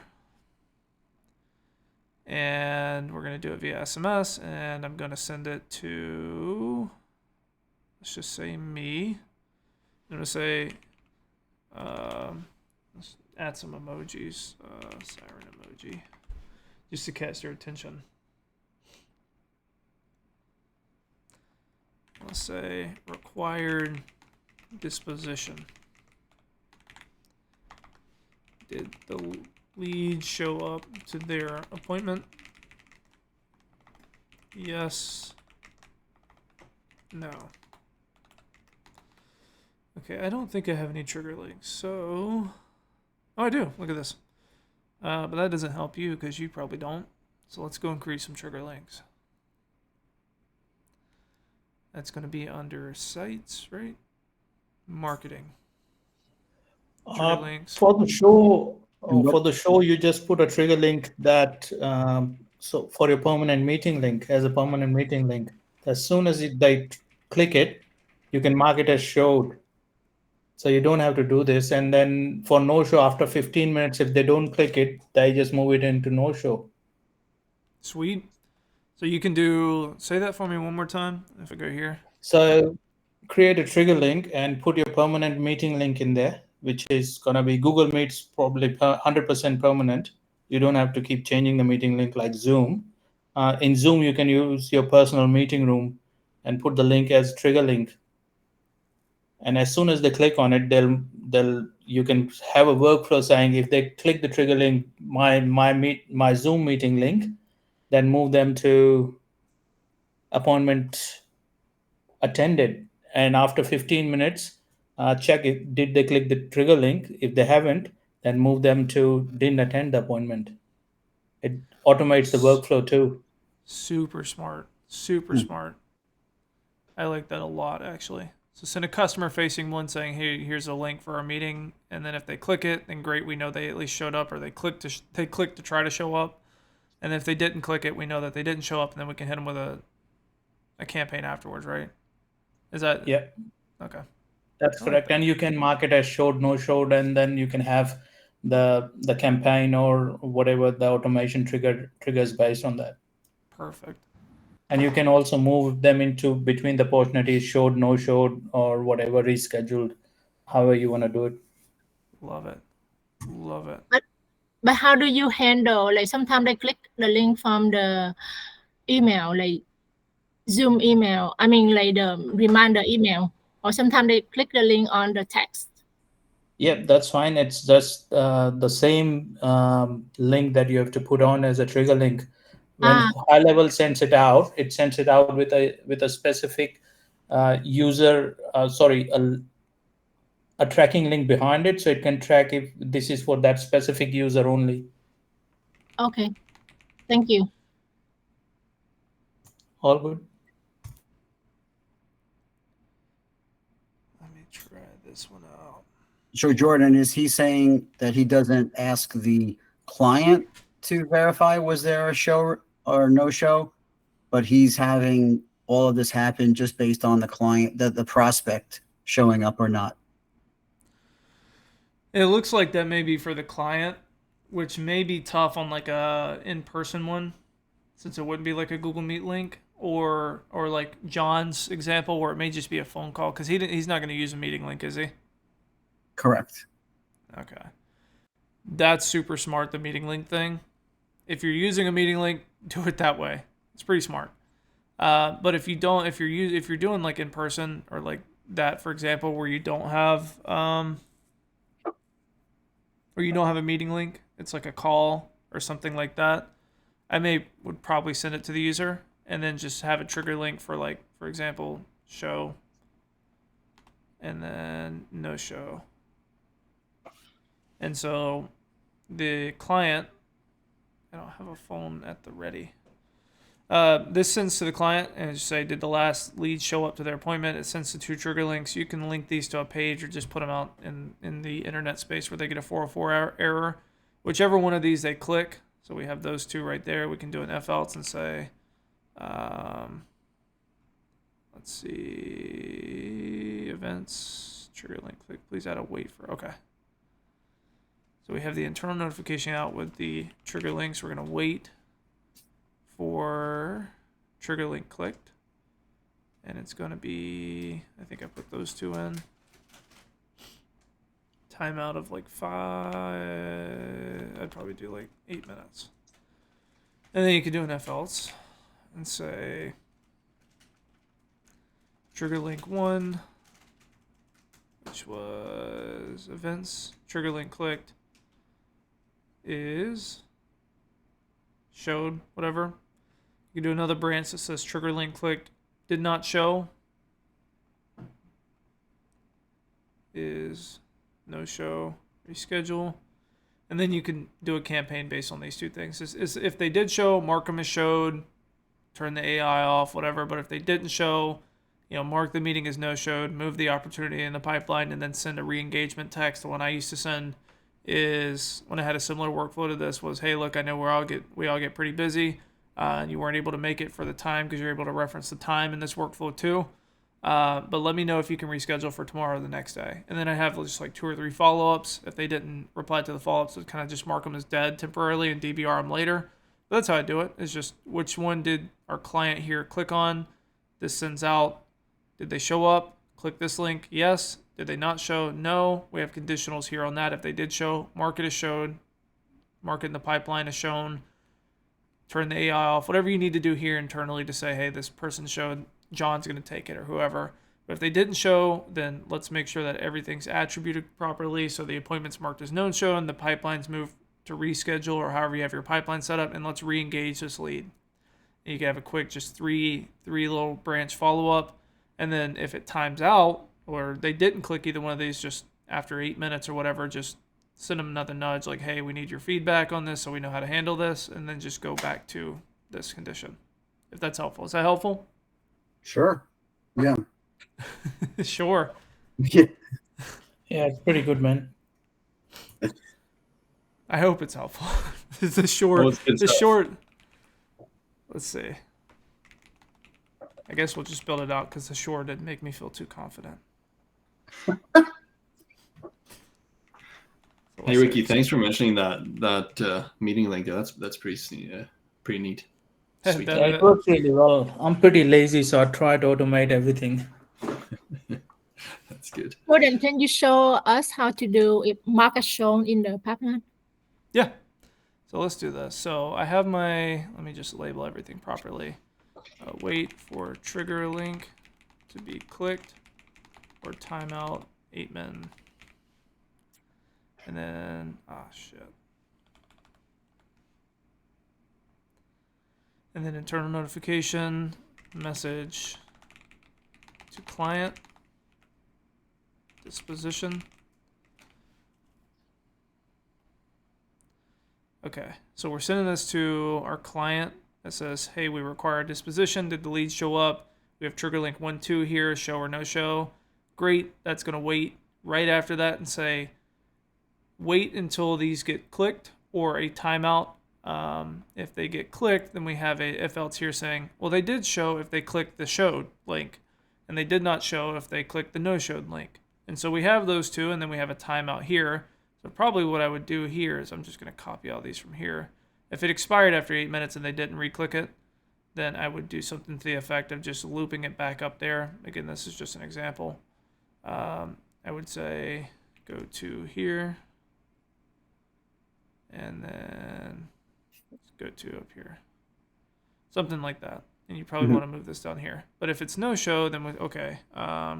Make change. Let's see, it's appointment. Update appointment status. No show. So we're going to say no show appointment here. All right. And if we have a pipeline where we account for shows and no shows in the pipeline, we want to update the opportunity here. So let's say in AI pipeline, do we have no show? We're gonna mark it as reschedule. So we're gonna no show. We're gonna mark it as reschedule in our pipeline, and then we're gonna send an SMS to the user that didn't show up, and we're gonna say, hey, contact first name. I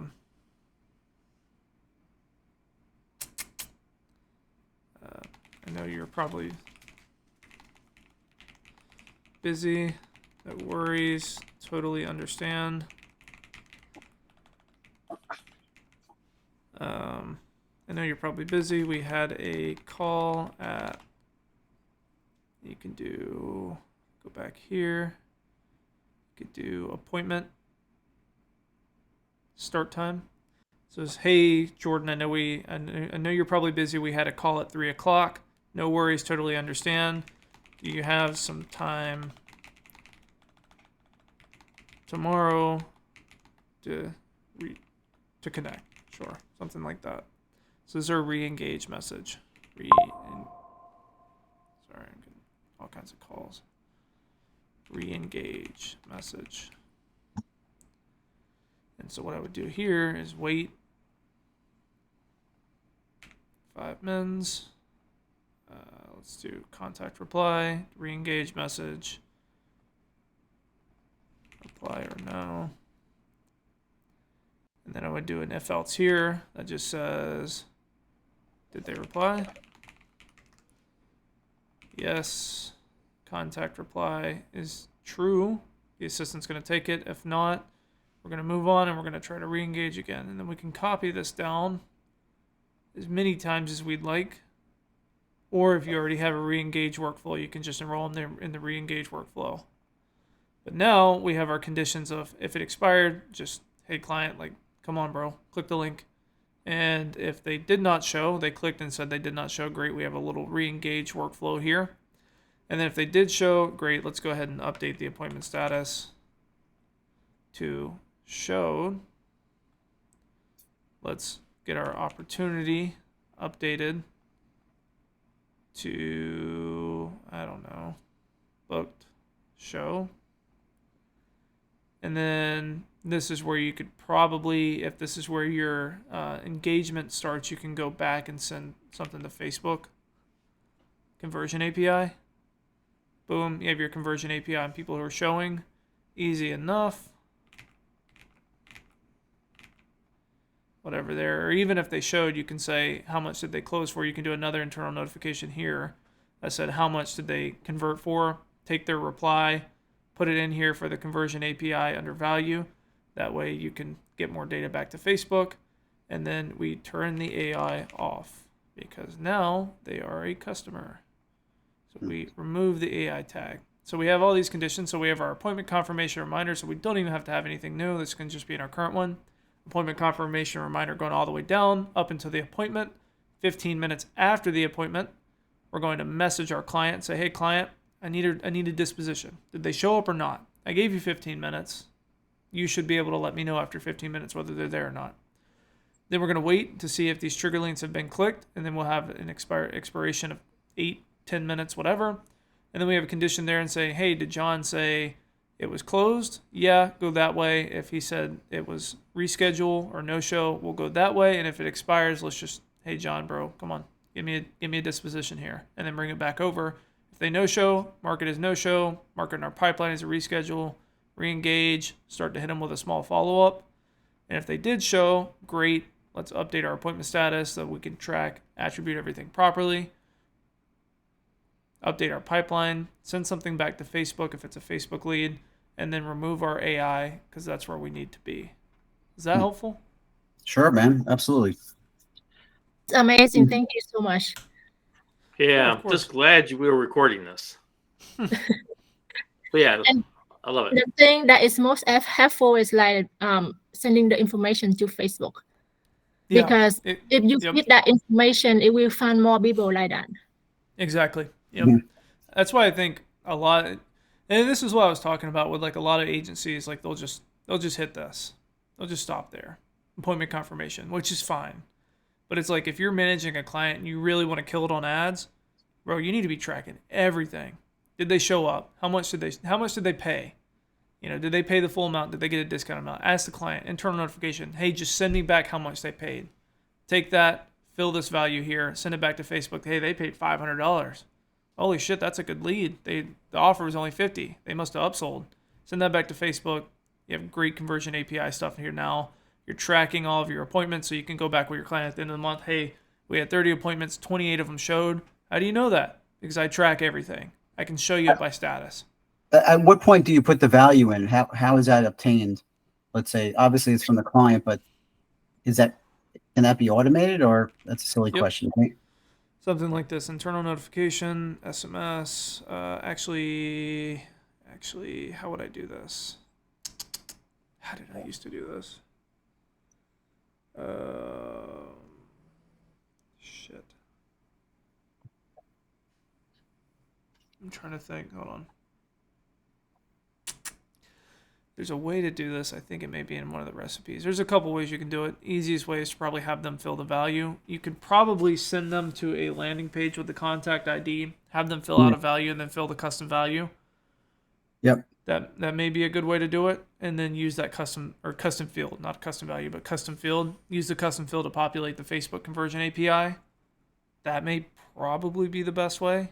Because if you send an internal reminder, if they reply, I don't think you get the reply from that. Let's see down here how they did it. Yeah, they wait for it to be inputted. Mark 1, yeah. So it looks like they have amount of purchase. That may be something you could do there too. Maybe a separate workflow. I'm trying to think. Maybe the best way probably the easiest way, without getting too fancy and without having to get APIs and send data here there, would just be like something to the effect of just go into the whatever you call it, the lead connector app for this, and just tell us how much they paid for. Right. And then wait 5-10 minutes, or at least until that custom value is filled. If not, remind them. And then once that's filled, that triggers a conversion API through Facebook, sends it back. Maybe you want to do it that way. Fantastic. Thanks, man. Hopefully that's helpful. We can even play around with the idea of that. So we can do something to the effect of internal notification. We'll send it to the same user. We'll say particular user. This guy's pretty cool. We'll say awesome that they showed. Remember to go into the dial flow app and input the conversion or their checkout amount, something like that.